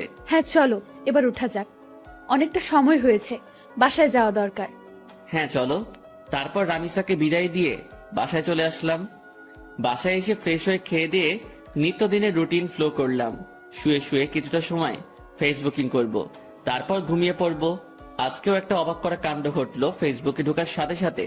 আজকে মাফিয়া গার্ল আমার ফেসবুক অ্যাকাউন্ট হ্যাক করার চেষ্টা করেছে, কিন্তু করতে পারিনি, কারণ আমি টাইট সিকিউরিটি করে রেখেছি। কারোর বাপের সাধ্য নাই যে আমার অ্যাকাউন্ট হ্যাক করবে এখন। তৎক্ষণাৎ একটা মেইল আসলো মাফিয়া গার্ল নামক একটা ব্ল্যাঙ্ক জিমেইল থেকে। নিজেকে অনেক বড় কিছু ভাবিস তুই, আমিও দেখব তুই কতদিন নিজেকে গুটিয়ে রাখতে পারিস। মেইলটা দেখে চরম লেভেলের মেজাজ খারাপ হয়ে গেল। ইচ্ছে করছে মাফিয়া গার্লকে ধরে এনে কানের নিচে কয়েকটা লাগিয়ে দেই, কিন্তু তাকে পাবো কোথায়? তার কোনো ইনফরমেশনই তো আমার কাছে নেই। এদিকে রাগের মাত্রা আরো দ্বিগুণ হয়ে গেল। দাঁড়া, আজ তোর 12টা বাজাচ্ছি, এমন গালি দিব তোকে তুই নিজে এসেই আমার কাছে ধরা দিবি। মাফিয়া গার্লের সেই জিমেলটাতে ক্লিক করলাম। জিমেলটাতে ক্লিক করতে সেটা উদাও হয়ে গেল, এরর দেখাচ্ছে। জিমেলটাতে ক্লিক করার পর আমার বুঝতে বাকি নেই যে সে আমায় ব্ল্যাঙ্ক জিমেল থেকে মেইল করেছে, যেটা মিনিট কয়েকের মধ্যে এরর হয়ে যায়। এটা দেখে আরো রাগ উঠে গেল। এবার আর নিজেকে কন্ট্রোল করে রাখতে পারলাম না, সাথে সাথে নিলয়কে ফোন দিলাম। হ্যাঁ ভাই বলেন। কাল সকালের আগে মাফিয়া গার্লের ডিটেলস এনে দিবি আমায়। ভাই এই কাজটা আমার দ্বারা হবে কিনা জানি না, তবে আমি আমার সবটা দিয়ে ট্রাই করব। আমি পারিসনি এই শব্দটি শুনতে চাই না, আমার মাফিয়া গার্লের ডিটেলস চাই, ওর রক্ত চুষবো আমি। তারপর ফোনটা রেখে দিলাম। মাফিয়া গার্ল এবার পালিয়ে যাবি কোথায় সেটা আমিও দেখব। তারপর সারা শরীর ভরা রাগ নিয়ে ঘুমিয়ে পড়লাম। বিকেল বেলায় ঘুম থেকে উঠে ফ্রেশ হয়ে কাকুর দোকানে চলে এলাম। কাকুর দোকানে বসে চা খাচ্ছি, তখনই পাশের কয়েকজন মানুষ বসে আলোচনা করছিল। আজ মাফিয়া গার্ল নাকি আবার লাইভে এসেছিল। লাইভে এসে শহরের নামকরা পলিটিশিয়ান ওবায়দুলকে নেক্সট টার্গেট বলে ঘোষণা করেছে। শুধু তাই নয়, আজও নাকি সে আগুনকে একটা মেসেজ দিয়েছে। আগুন যদি অতি শীঘ্রই তার সাথে যোগাযোগ না করে, তাহলে সে শহরের সব কয়টা দুর্নীতিবাজকে একে একে মেরে ফেলবে। লোকগুলোর মুখে এসব শুনে মাথায় তো পুরো বাজ পড়েছে মতো অবস্থা। মাফিয়া গার্ল লাইভে এসে এত কিছু বলে গেল, অথচ আমি ঘুমিয়ে পুরো দুনিয়াদারি লাটে উঠিয়ে দিয়েছি। না, এবার তো কোনো হ্যাস্ত করতে হবে, কারণ আমার জানা মতে ওবায়দুল তো কোনো খারাপ পলিটিশিয়ান না। তাকে কেন টার্গেট বানিয়েছে সে? আগে যাদের মেরেছে তারা না হয় খারাপ ছিল, কিন্তু ওবায়দুল তো তাদের মতন না। এসব নিয়ে ভাবছিলাম, তখনই একটা পরিচিত নাম্বার থেকে ফোন এলো। বাবা কেমন আছিস? হ্যাঁ মা ভালো, তুমি কেমন আছো? তোকে ছাড়া কি করে ভালো থাকি বল? সেই কবে বাড়ি ছেড়েছিস? আজ কতদিন হলো তোকে দেখি না। মা, তোমার ছেলে মানুষ হওয়ার জন্য খারাপ, মা হলো ছেড়েছে, তাতে কষ্ট পাওয়ার কি আছে? তোমাদের তো আরো খুশি থাকার কথা। সে যাই হোক না কেন, কিন্তু কোনো মা তার সন্তানকে এতদিন না দেখে ভালো থাকতে পারে? মা প্লিজ মন খারাপ করিও না, আমি খুব তাড়াতাড়ি বাড়িতে আসবো। বাবা খুব তাড়াতাড়ি না, কালকে তুই বাড়িতে আয়। মা কাল কি করে আসবো বলো, আমার ক্লাস চলছে তো। সেসব আমি জানি না, তুই কাল বাড়িতে আসবি। আম্মু প্লিজ এমন পাগলামো করে না। আমি বললাম তো আমি কয়েকদিনের মধ্যেই বাড়ি আসবো, তখন তুমি তোমার ছেলেকে মন ভরে দেখে নিও। আচ্ছা ঠিক আছে যা, কিন্তু খুব তাড়াতাড়ি আসবি বলে দিলাম কিন্তু। হ্যাঁ মা, খুব তাড়াতাড়ি আসবো। এবার রাখি কেমন? আচ্ছা। আম্মুর সাথে কথা বলে ফোনটা রেখে দিলাম। আজ কতদিন পর মায়ের সাথে কথা বললাম। আল্লাহ ভালো জানে সেই কবে বাড়ি ছেড়ে এসেছি, এখনো অবধি বাড়ি যাইনি। মা আমায় দেখার জন্য কেমন উতাল পাতাল হয়ে আছে। না, কিছুদিনের মধ্যে একবার বাড়ি যাব আমি, কিন্তু আমি যেই কারণে বাড়ি ছেড়ে এসেছি সেটা এখনো হয়নি। বাসার লোক সবাই জানে আমি নিজের জীবন গোছানোর জন্য বাড়ি ছেড়েছি, কিন্তু এর পিছনেও যে একটা রহস্য লুকিয়ে আছে সেটা কেউ জানে না। তবে হ্যাঁ, আমি সাকসেস হয়ে ছাড়বো। তারপর নিজের বাসায় চলে এলাম। বাসায় এসে কিছুটা সময় বই নিয়ে ঘাটাঘাটি করে উঠে পড়লাম। কোনো কিছুতেই যেন মন বসছে না, কারণ কখন সকাল হবে আর কখন নিলয় আমাকে মাফিয়া গার্লের ডিটেলস দিবে, সেই চিন্তায় খালি মাথায় ঘুরঘুর করছিল। যাক, কোনো রকমে খেয়ে দিয়ে ঘুমিয়ে পড়লাম রাতে। সকাল হলেও মাফিয়া গার্লকে সেটা আমি জেনে যাব। সকালবেলায় ঘুম থেকে উঠে মোবাইলটা হাতে নিলাম। ফোনটা হাতে নিয়ে দেখলাম নিলয় আমার কয়েকটা ছবি মেইল করেছে। তাড়াতাড়ি মেইলটা ওপেন করলাম। মেইল করা ছবিতে ক্লিক করতে যা দেখলাম তাতে তো পুরো দুনিয়াদারি চক্কর খেতে লাগলো আমার। কারণ ছবির মানুষটা আমার খুব পরিচিত, যেই মুখটার মুখোমুখি কয়েক হাজারবার হয়েছে আমি নিজের চোখকে বিশ্বাস করাতে পারছি না যে এই মেয়েই সেই মাফিয়া গার্ল যাকে আমি চোখের সামনে কয়েক হাজারবার দেখেছি, যার সাথে আমার চরম লেভেলের উঠা বসা। সাথে সাথে নিলয়কে ফোন লাগালাম। নিলয়, তুই শিওর তো যে এই মেয়ে মাফিয়া গার্ল? ভাই, আজ পর্যন্ত আমার দেওয়া কোনো তথ্য কোনোদিন ভুল হয়েছে? না, হয়নি। কিন্তু এটা কি করে সম্ভব নিলয়? ঈশিতা কি করে এমনটা করতে পারে? ঈশিতা তো আমার কলেজ ফ্রেন্ড ছিল, যার সাথে দীর্ঘ কয়েক বছর কাটিয়েছি আমি। কলেজ লাইফ পুরোটাই তার সাথে কেটেছে আমার। কিন্তু সে পরবর্তীতে এমন ভয়ঙ্কর রূপ নিল কেন? আমার তো নিজের চোখকে বিশ্বাস করাতে অবাক লাগছে। না, হয়তো কোনো ভুল হচ্ছে নিলয় তোর। ভাই, আমি 100% সিওরিটি দিয়ে বলতে পারবো এই মেয়ে মাফিয়া গার্ল, আর আমি পুরোপুরি শিওর হয়েই আপনাকে বলছি। ঈশিতা এমন করতে পারে শুনে মাথাটা পুরো গোলক ধাঁধার মতন ঘুরপাক খাচ্ছে। ভাই, আপনার হয়তো বিশ্বাস হচ্ছে না, কারণ সে আপনার সাথে দীর্ঘ কয়েক বছর কাটিয়েছে, কিন্তু সত্যি এটাই যে সে মাফিয়া গার্ল। ঠিক আছে, ঈশিতাই যদি মাফিয়া গার্ল হয় তাহলে তার 12টা বাজাচ্ছি আমি। ওর আরো কিছু তথ্য বল, কারণ তার সাথে আমার বছর 2 আগেই সমস্ত যোগাযোগ বিচ্ছিন্ন হয়ে গেছে। কারণ তারা বাসা পরিবর্তন করে অন্য কোথায় শিফট হয়ে গিয়েছে। এরপর আর কখনো যোগাযোগ হয়নি। ভাই, এরপর আর কোনো তথ্যই আমি পাইনি, কারণ এই মেয়ে সব জায়গা থেকে তার ইনফরমেশন হটিয়ে নিয়েছে। তার থেকেও ভয়ঙ্কর একটা কাণ্ড করেছে সে। কি করেছে? ভাই, এই মেয়ে প্লাস্টিক সার্জারি করে তার আগের চেহারা পরিবর্তন করে ফেলেছে। এই মেয়েকে এখন খুঁজে বের করা ইম্পসিবল আমার মতে। তবে আপনার দ্বারা হয়তো সেটা কষ্টের হবে না, কিন্তু ভাই, মেয়ের মাথা ভয়ঙ্কর চাকর মতন চলাচল করে। গতকাল আপনি ফোন দেওয়ার পর আমি কম হলেও 50টার উপরে ছেলে লাগিয়েছি মাফিয়া গালের খোঁজ বের করার জন্য, কিন্তু অবশেষে সবাই খালি হাত ফিরেছে। কিন্তু একজন খালি তার কিছু ছবি কালেক্ট করেছে। তবে বর্তমান সময়ে সে দেখতে কেমন তার কোনো ছিটে ফোঁটা বা চিহ্ন খুঁজে পায়নি। আর হ্যাঁ ভাই, একটা কথা, এই মেয়ের নামের মতন তার কাজকর্মগুলো বেশ ভয়ঙ্কর। কারণ তার ইন্টারনেট ডাটাবেস আমি হ্যাক করে তথ্য বের করতে চেয়েছিলাম, কিন্তু কোনো মতে সেটা পসিবল হয় নাই। এই মেয়ে হ্যাকিংয়েরও মাস্টার। নীলার মুখ থেকে ঈশিতার এইরূপ কর্মকাণ্ডের কথা শুনে এবার আর জায়গায় স্থির থাকতে পারলাম না। নিলয় কি বলল ঈশিতার সম্পর্কে এগুলা? যেই মেয়ে কলেজ লাইফে থাকতে এতটা সাদাসিধা ছিল, তার মধ্যে কয়েক বছরের ব্যবধানে এতটা হিংস্রতা কি করে আসতে পারে? মাথায় তো কিছুই খেলছে না। আচ্ছা নিলয়, আমি ফোন রাখলাম, পরে কথা হবে তোর সাথে। আর শোন, মাফিয়া গার্লের খোঁজ চালু রাখিস। আচ্ছা ভাই। নিলয়ের সাথে কথা শেষ করে ঠাই সেই জায়গাটাতেই দাঁড়িয়ে আছি। আমার যেন নিজের কানকেই এখনো বিশ্বাস করাতে পারছি না যে ঈশিতাই বর্তমান জগতের সবচাইতে খাতারনাক মাফিয়া, যার ভয়ে বড় বড় নেতারা এখন আতঙ্কে আছে। 8 ঘন্টা নাগাদ একই জায়গায় দাঁড়িয়ে আছি। ঝাটকাটা মারাত্মক লেভেলের ছিল, তাই হয়তো এখনো ঘোর কেটে উঠতে পারিনি। অনেকটা সময় পর সেন্স ফিরে এলো। না, আমার এখন উতলা হলে চলবে না, আমাকে ঠান্ডা মাথায় কাজ নিতে হবে। এখন আগে নিজেকে শান্ত করি, পরে মাফিয়া গার্লকে নিয়ে ভাবা যাবে। ফ্রেশ হতে চলে গেলাম। একটু পর ফ্রেশ হয়ে বের হয়ে এসে নাস্তা করে কলেজের উদ্দেশ্যে রওনা হলাম। আজও শামীম কলেজে আসেনি। হারামিটার কি যে হয়েছে কে জানে। মাফিয়া গার্লের টেনশনে শামীমকে আর ফোন দেওয়া হয়নি। এদিকে রামিসাকেও দেখছি না। তোর না আসলো না আসুক, একসাথে এত টেনশন মাথায় বয়ে নিয়ে বেড়াতে পারবো না। আমি ক্লাসে চলে যাই। ক্লাসে চলে গেলাম। সেখানে গিয়ে দেখি রামিসা আগে থেকেই ক্লাসে এসে বসে আছে। আমি গিয়ে তার পাশের সিটে বসে পড়লাম। আকাশ, কি হয়েছে? তোমাকে এমন চিন্তিত দেখাচ্ছে কেন? কি হয়েছে কি? না, তেমন কিছু না। তেমন কিছু না বললে তো আর সমাধান হবে না। তোমার চেহারায় স্পষ্ট ফুটে উঠছে যে তুমি কিছু একটা নিয়ে বেশ চিন্তিত। কি হয়েছে বলো আমায়? নাকি আমার বিষয়টা নিয়ে টেনশন করছো? আমি তো বললাম ভেবে দেখব। তাও কিসের চিন্তা? হ্যাঁ, আরে না রামিসা, সেসব কিছুই না। আমি এমনি বাসার ব্যাপার নিয়ে কিছুটা ঝামেলায় আছি, তাছাড়া কিছুই না। আরে তুমি টেনশন করিও না, সব ঠিক হয়ে যাবে। রামিসার কথার আর কোনো উত্তর দিলাম না। চুপচাপ বসে আছি। কারণ কি বা বলবো তাকে?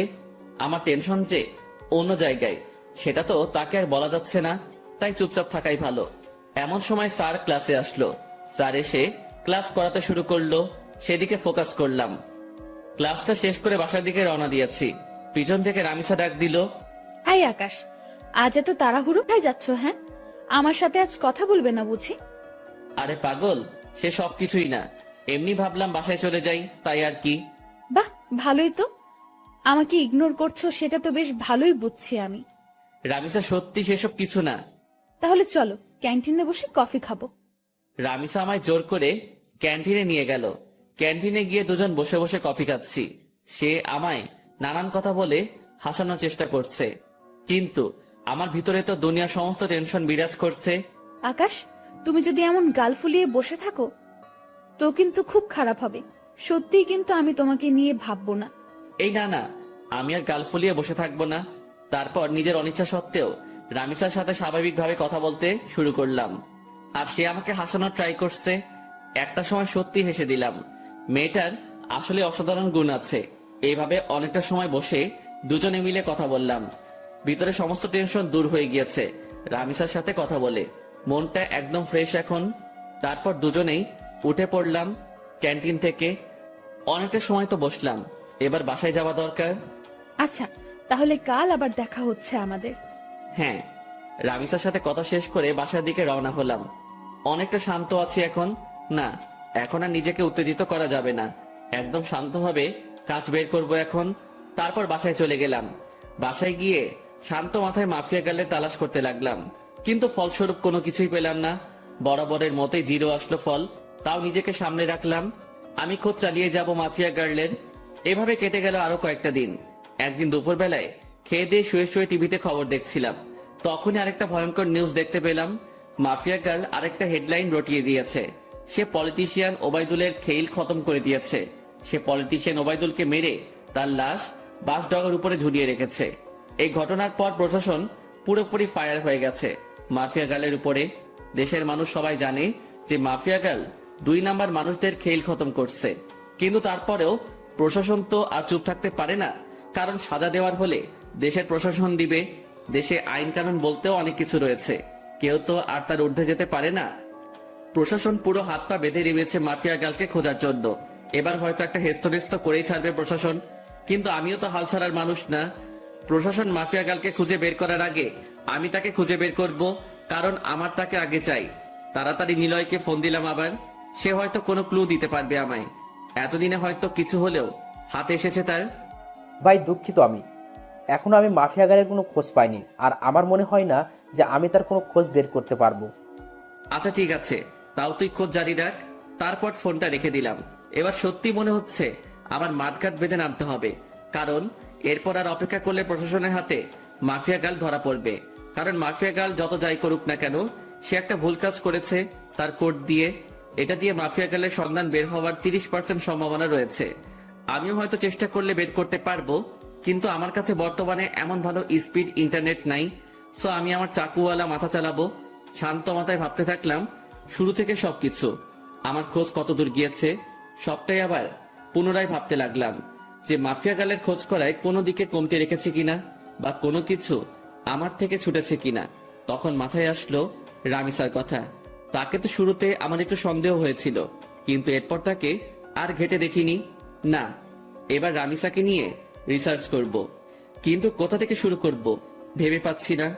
এর মধ্যে মাফিয়া গার্ল আবারও লাইভে আসার ডেট দিল। হ্যাঁ পেয়েছি। এবার মাফিয়া গার্লের লাইভ করার সময় আমি রামিসার সাথে থাকবো।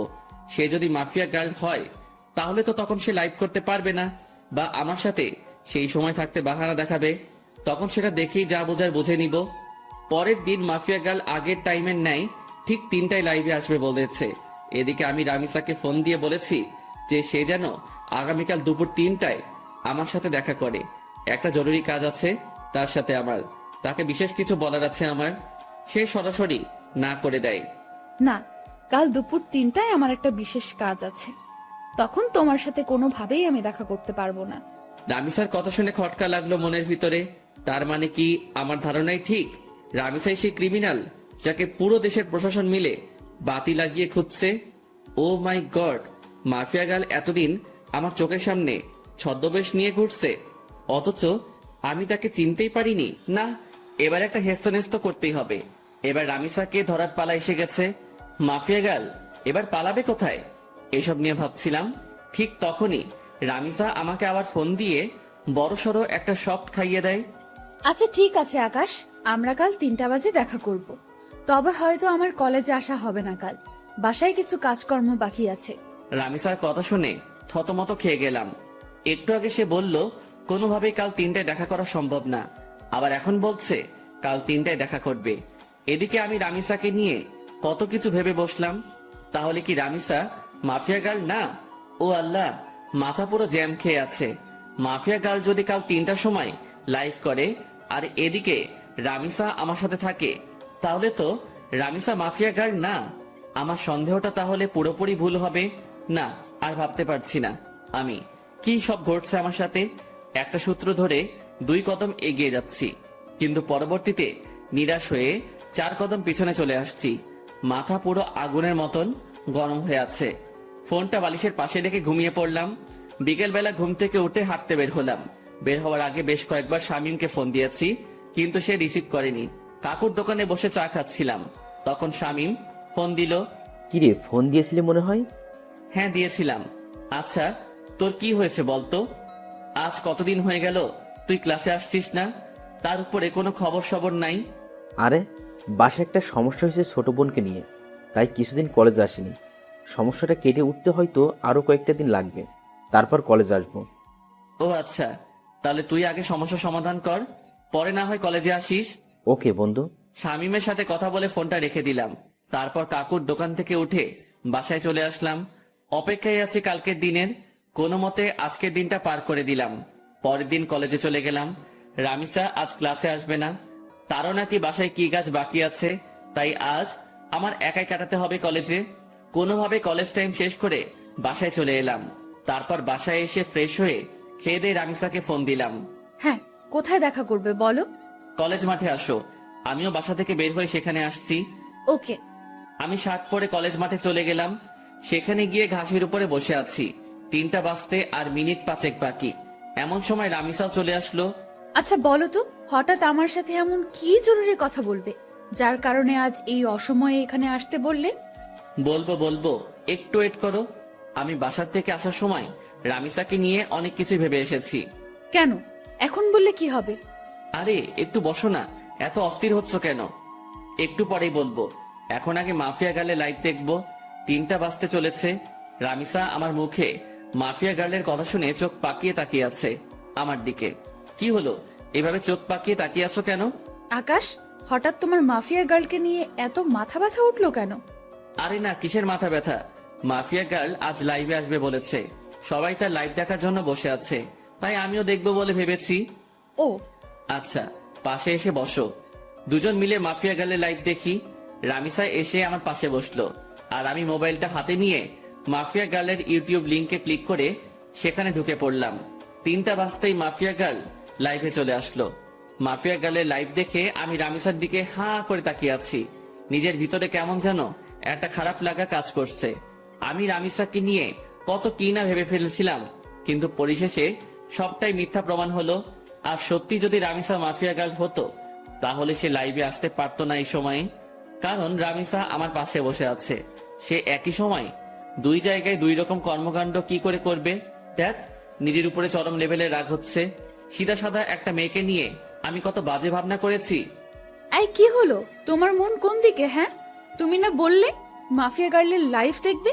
সে তো লাইভে এসে বকবক করছে, কিন্তু তোমার তো কোনো খবরই নাই। রামিসার ডাকে হুঁশ ফিরে আসলো। দেখবো তো। তারপর মাফিয়া গালে লাইভ দেখায় ফোকাস করলাম। সে তার ইন্ট্রোডাকশন নিয়েই যাচ্ছে। আমি আপনাদের আগেও বলেছি, এবারও বলছি, আমার কোনো খারাপ মাকসাদ নেই। আমার মূল মাকসাদ হচ্ছে যারা দেশের নাম বেচে বেচে খায় তাদের হাতে হারিকেন ধরিয়ে দেওয়া, আর আমি সেটাই করছি। শুধু তাই নয়, এবার দেশের মধ্যে যত কয়টা গ্যাংস্টার টিম আছে তাদের সব কয়টাকে আমি মৃত্যুর চৌকাঠেয় পৌঁছাইয়ে দিব। শান্তশিষ্টভাবে দেশ চলবে, কোনো ধরনের টিম আর থাকবে না। মাফিয়া খুফিয়া সব আমি ধুলোয় মিশিয়ে দিব। আর আগুন, আপনার মুখোমুখি হওয়ার ইচ্ছা আমার বহুদিন আগে থেকেই, অনেক আগ থেকেই শুনে এসেছি আগুনের নাম, যেই আগুন নাকি সত্যি এক সময়ের খতরনাক খেলাড়ি ছিল, যার নাম শুনলে এখনো নাকি অনেকের প্যান্ট ঢিলা হয়ে যায়। আমি চাই আপনার মুখোমুখি হতে, আমি চাই মানুষরূপী আগুনটাকে নিজের চোখে দেখতে। সো আপনি আমার মনের খয়াসটা পূরণ করে দিন। না হয় আমার যদি আপনাকে খুঁজে বের করতে হয়, সেদিন কিন্তু বাঘে সিংহের লড়াই হয়ে যাবে। সেদিন কিন্তু নিজের ক্রোধকে দমিয়ে রাখতে পারবো না। সেদিন নির্ঘাত আপনি আমার হাতে মারা পড়বেন। এটা কোনো হুমকি না, তবে হুমকির চাইতেও কম না। আপনি হতে পারেন এক সময়ের সর্বসেরা খিলাড়ি, কিন্তু মাথায় রাখবেন বর্তমান সময়ের নাম করা মাফিয়া গার্ল আমি। সো ভালোই ভালোই আপনার দর্শন করিয়ে দিন। এবারের মতন লাইফ সমাপ্ত করলাম।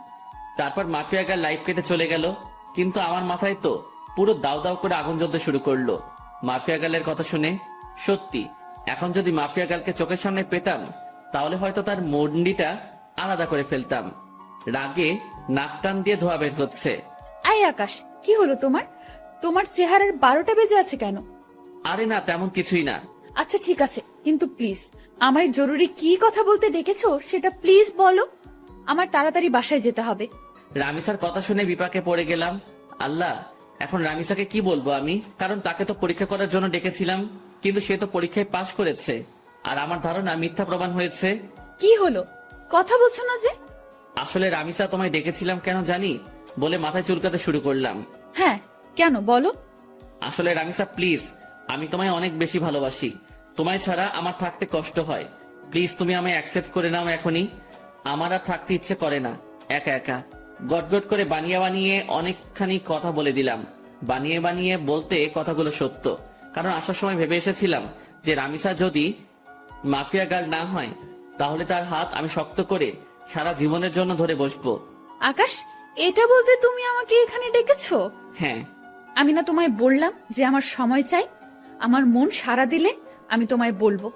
প্লিজ রামিসা, এখন রাজি হয়ে যাও। সময় টময় নিও না আর। তুমি বোঝো না কেন আমার খুব কষ্ট হয় তোমাকে ছাড়া। আমার তোমাকে চাই। প্লিজ রাজি হয়ে যাও না। Please please please. আচ্ছা আচ্ছা থামো, যাও, রাজি হব, কিন্তু তার আগে তোমাকে আমায় একটা কথা দিতে হবে। কি কথা? যত যাই হোক না কেন, কোনো দিন তুমি আমার হাত ছাড়তে পারবে না। কোনো দিন তুমি আমায় ভুল বুঝতে পারবে না। সব সময় আমার পাশে ছায়ার মতন থাকতে হবে তোমাকে। যত বিপদ আপদে আসুক না কেন, আমাকে কখনো একা লড়াই করার জন্য ছাড়তে পারবে না তুমি। তুমিও আমার সাথে সেই লড়াইয়ে সামিল হবে। পারবা এসব কথা রাখতে? রামিসা, আমি তোমার সব কথা রাখতে পারবো। নিজের জীবনে সবটুকু দিয়ে তোমায় আমি আগলে রাখবো। দুনিয়ার কোনো শক্তি আমার থেকে তোমাকে আলাদা করতে পারবে না। আমি আমার সবটা দিয়ে তোমায় রক্ষা করব। কোনো বিপদ আসলে তোমাকেও লাগবে না। তার মোকাবেলা আমি আকাশ একাই করব। কথা দিলাম তোমায়। এমন একটা মানুষই চেয়েছিলাম আমি জীবনে। প্লিজ তুমি আমায় কখনো ছেড়ে যেও না। না, কলিজা ছেড়ে যাব না বলে রামিসাকে নিজের বুকে টেনে নিলাম। আর একটা কথা, প্লিজ আকাশ, তুমি আমায় জীবনের সমস্ত অন্ধকার দূর করে দিয়ে আলোয় ভরিয়ে দিও। হ্যাঁ কলিজা, সব অন্ধকার দূর করে দিয়ে তোমার জীবন আলোয় ভরিয়ে দিব আমি। রামিসা আর কোনো কথা বলল না। সে আমার বুকে চুপচাপ পড়ে আছে। অনেকটা সময় দুজন এভাবে ঘাসের উপরে বসেছিলাম আমরা। তারপর সেখান থেকে উঠে এলাম। আকাশ, আমার তাড়াতাড়ি বাসায় যেতে হবে। আচ্ছা চলো, তোমায় ছেড়ে দিয়ে আসি। না, তা লাগবে না, তুমি বাসায় চলে যাও, আমি একা একা যেতে পারবো। আচ্ছা ঠিক আছে। তারপর রামিসাকে গাড়িতে তুলে দিয়ে আমি বাসায় চলে এলাম। খুব খুশি লাগছে আজকে। বাসায় এসে হাত মুখ ধুয়ে কিছু খেয়ে নিলাম। তারপর ফোনটা হাতে নিয়ে শুয়ে শুয়ে ফেসবুকিং করছি। তখনই লক্ষ্য করলাম কেউ একজন আবারও আমার ফেসবুক আইডি হ্যাক করার চেষ্টা করছে। আমি শিওর যে এটা মাফিয়া গার্লের কাজ। মেজাজটা আবারও বিগড়ে গেল। এই মাফিয়া গার্লকে পেলে যে আমি কি করব তা আল্লাহ ভালো জানে। কিন্তু দুঃখের বিষয়, তাকে তো আমি ধরতেই পারছি না। তখন একটা বুদ্ধি মাথায় আসলো। সাথে সাথে ফেসবুক থেকে সমস্ত সিকিউরিটি হাটিয়ে ফেললাম আমার। এবার আমি মন থেকে চাইছি যে মাফিয়া গার্ল আমার আইডি হ্যাক করুক। কারণ গতবার যখন মাফিয়া গার্ল আমার আইডি হ্যাক করে, তখন তার থেকে আমি আইডি উদ্ধার করার সময় একটা জিনিস লক্ষ্য করেছিলাম, যে লগিং অ্যান্ড সিকিউরিটিতে ব্রাউজারের লোকেশন একবার এক এক জায়গায় দেখাচ্ছিল। কতক্ষণ ফিনল্যান্ড, কতক্ষণ সুইজারল্যান্ড, কতক্ষণ ফিলিস্তিন। মোট কথা সেকেন্ড 2 বার তার লোকেশন পরিবর্তন হচ্ছিল। কিন্তু তখন আমি একটা বোকামো করেছিলাম।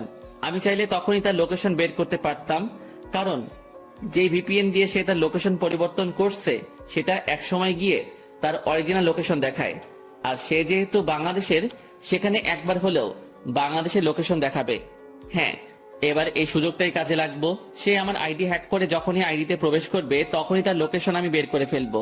তাই আইডির সিকিউরিটি একটু কমিয়ে দিলাম, কিন্তু এতটাও কমাইনি যে সে পুরোপুরি আমার অ্যাকাউন্ট তার আয়ত্তে করে নিবে। সিকিউরিটি কমিয়ে মাফিয়া গার্লের জন্য অপেক্ষা করতে লাগলাম, কিন্তু সে এবার আমার আইডি হ্যাক করলো না। রাত 12টা পর্যন্ত অপেক্ষা করলাম, কিন্তু সে আমার আইডির দিকে ফিরেও তাকায়নি। কিন্তু আমি শিওর যে সে রাতে আমার আইডি হ্যাক করার ট্রাই করবে। ওকে বাছাধন, তুমি রাতে ট্রাই করিও, আমি সকালবেলা এসে খেলা দেখাবো। এখন ঘুমাতে চললাম, তারপর মোবাইলটা বালিশের পাশে রেখে ঘুমিয়ে পড়লাম। সকালবেলা ঘুম থেকে উঠে মোবাইলটা হাতে নিয়ে দেখি মাফিয়া গার্ল আমার আইডি হ্যাক করে নিয়েছে। এবার পালাবি কোথায় মাফিয়া গার্ল তুই? এবার খেলা দেখাবো তোকে। অনেক কষ্টের বিনিময়ে মাছ জালে আটকা পড়েছে। এবার আর ছাড়াছাড়ি নাই, ছাই দিয়ে হলেও তাকে ধরবো এবার আমি। পাগলের সাথে পাগলামি না করলে তার চাল বোঝা যায় না, আর আমিও সেটা করেছি। এজন্যই বাবা তোমার জন্য স্পেশালি একটা গান বানিয়েছে যে বাবা তোমার দরবারে সব পাগলের খেলা। তাড়াতাড়ি করে লোকেশন চেক করলাম, যেমনটা ভেবেছিলাম ঠিক তেমনটাই হয়েছে। লোকেশন প্রতি সেকেন্ডে 2 বার করে টানটি পরিবর্তন করছে। চোখ পাকিয়ে তাকিয়ে আছি লোকেশনের দিকে। একটা সময় গিয়ে বাংলাদেশের এক্স্যাক্টলি লোকেশনটা দেখালো। লোকেশন দেখে তো আমার মাথায় পুরো বাজ পড়ছে মতন অবস্থা।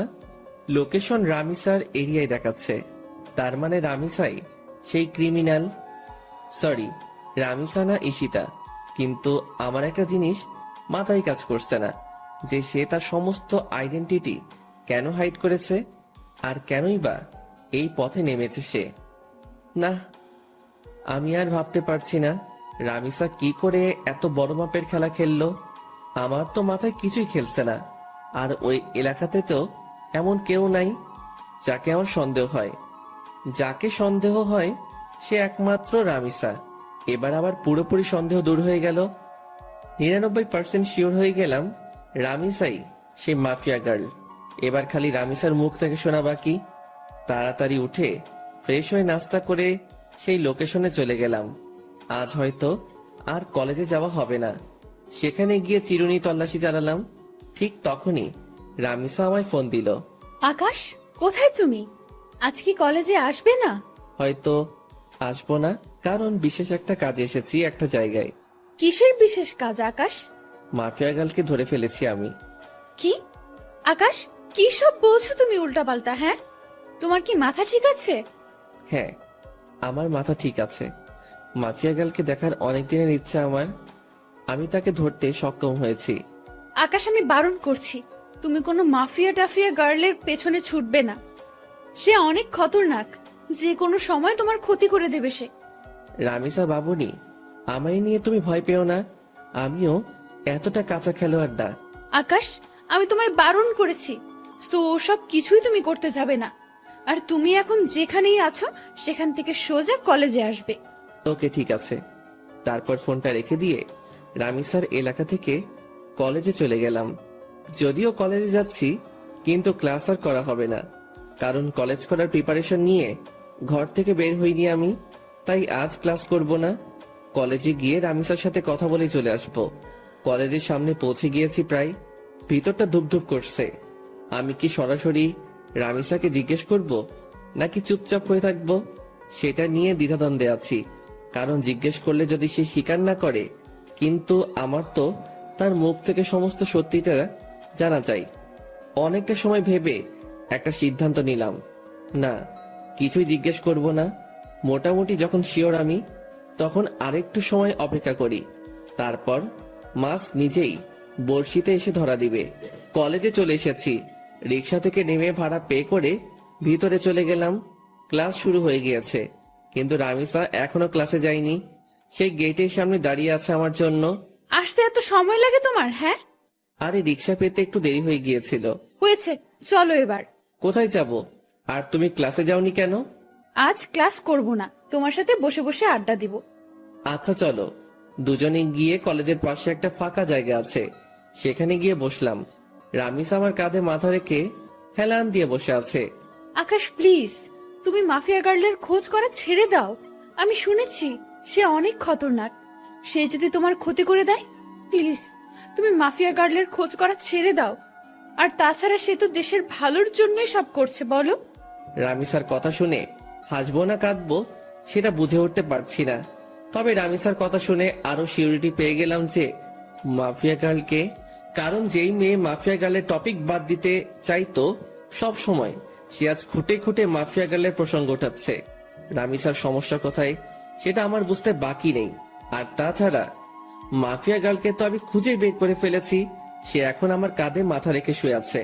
রামিসা হয়তো ভাবছে মাফিয়া গার্লকে, সেটা জানতে এখন আমার বাকি আছে। আমি যে মাফিয়া গার্লকে ধরে ফেলেছি সেটা সে এখনো বুঝতে পারেনি। সে ভেবেছে ফেক কাউকে ধরেছি আমি, না হয়তো তাকেই ধরতাম।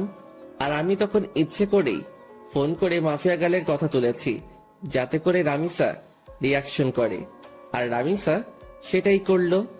এই আকাশ, কি ভাবছো? হ্যাঁ, আমি তোমায় এতটা সময় কি বললাম? হ্যাঁ শুনছি তো।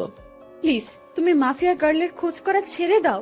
তাকে খোঁজ করতে গেলে তুমিই মারা পড়বে। সে একটা খতরনাক ব্র্যান্ড। রামিসা তুমি টেনশন নিও না, আমি মাফিয়া গার্লের আর খোঁজ করব না। মনে মনে বললাম খোঁজ তো পেয়েই গেছি, আর হাসির রহস্য কি সেটা তো আমি না জানি। এই তো আমার বাবুন, তোমাকে। আচ্ছা একটা কথা, তখন যে তুমি আমাকে বললে যে তুমি মাফিয়া গার্লকে ধরে ফেলেছো, তুমি কি সত্যিই ধরেছো তাকে? আরে রামিসা তুমি কি পাগল? হ্যাঁ, মাফিয়া গার্লের মতন খাতারনাক খিলাড়িকে আমি কি করে ধরবো?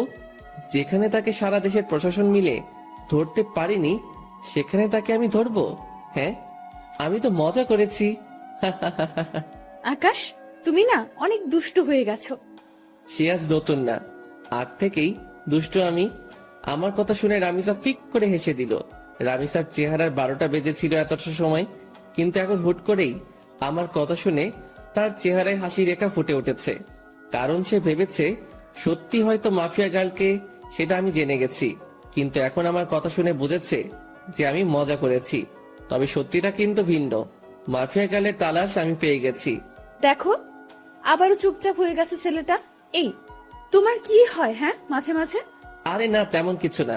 তেমন কিছু না হলেই ভালো। আচ্ছা আকাশ, একটা কথা বলো তো, আমাদের ফিউচার নিয়ে কিছু ভেবেছো তুমি? হ্যাঁ, অনেক কিছু ভেবেছি আমি। পড়ালেখা শেষ হলেই আমরা বিয়ে করে নিব। Love you Akash. Love you too Ishita.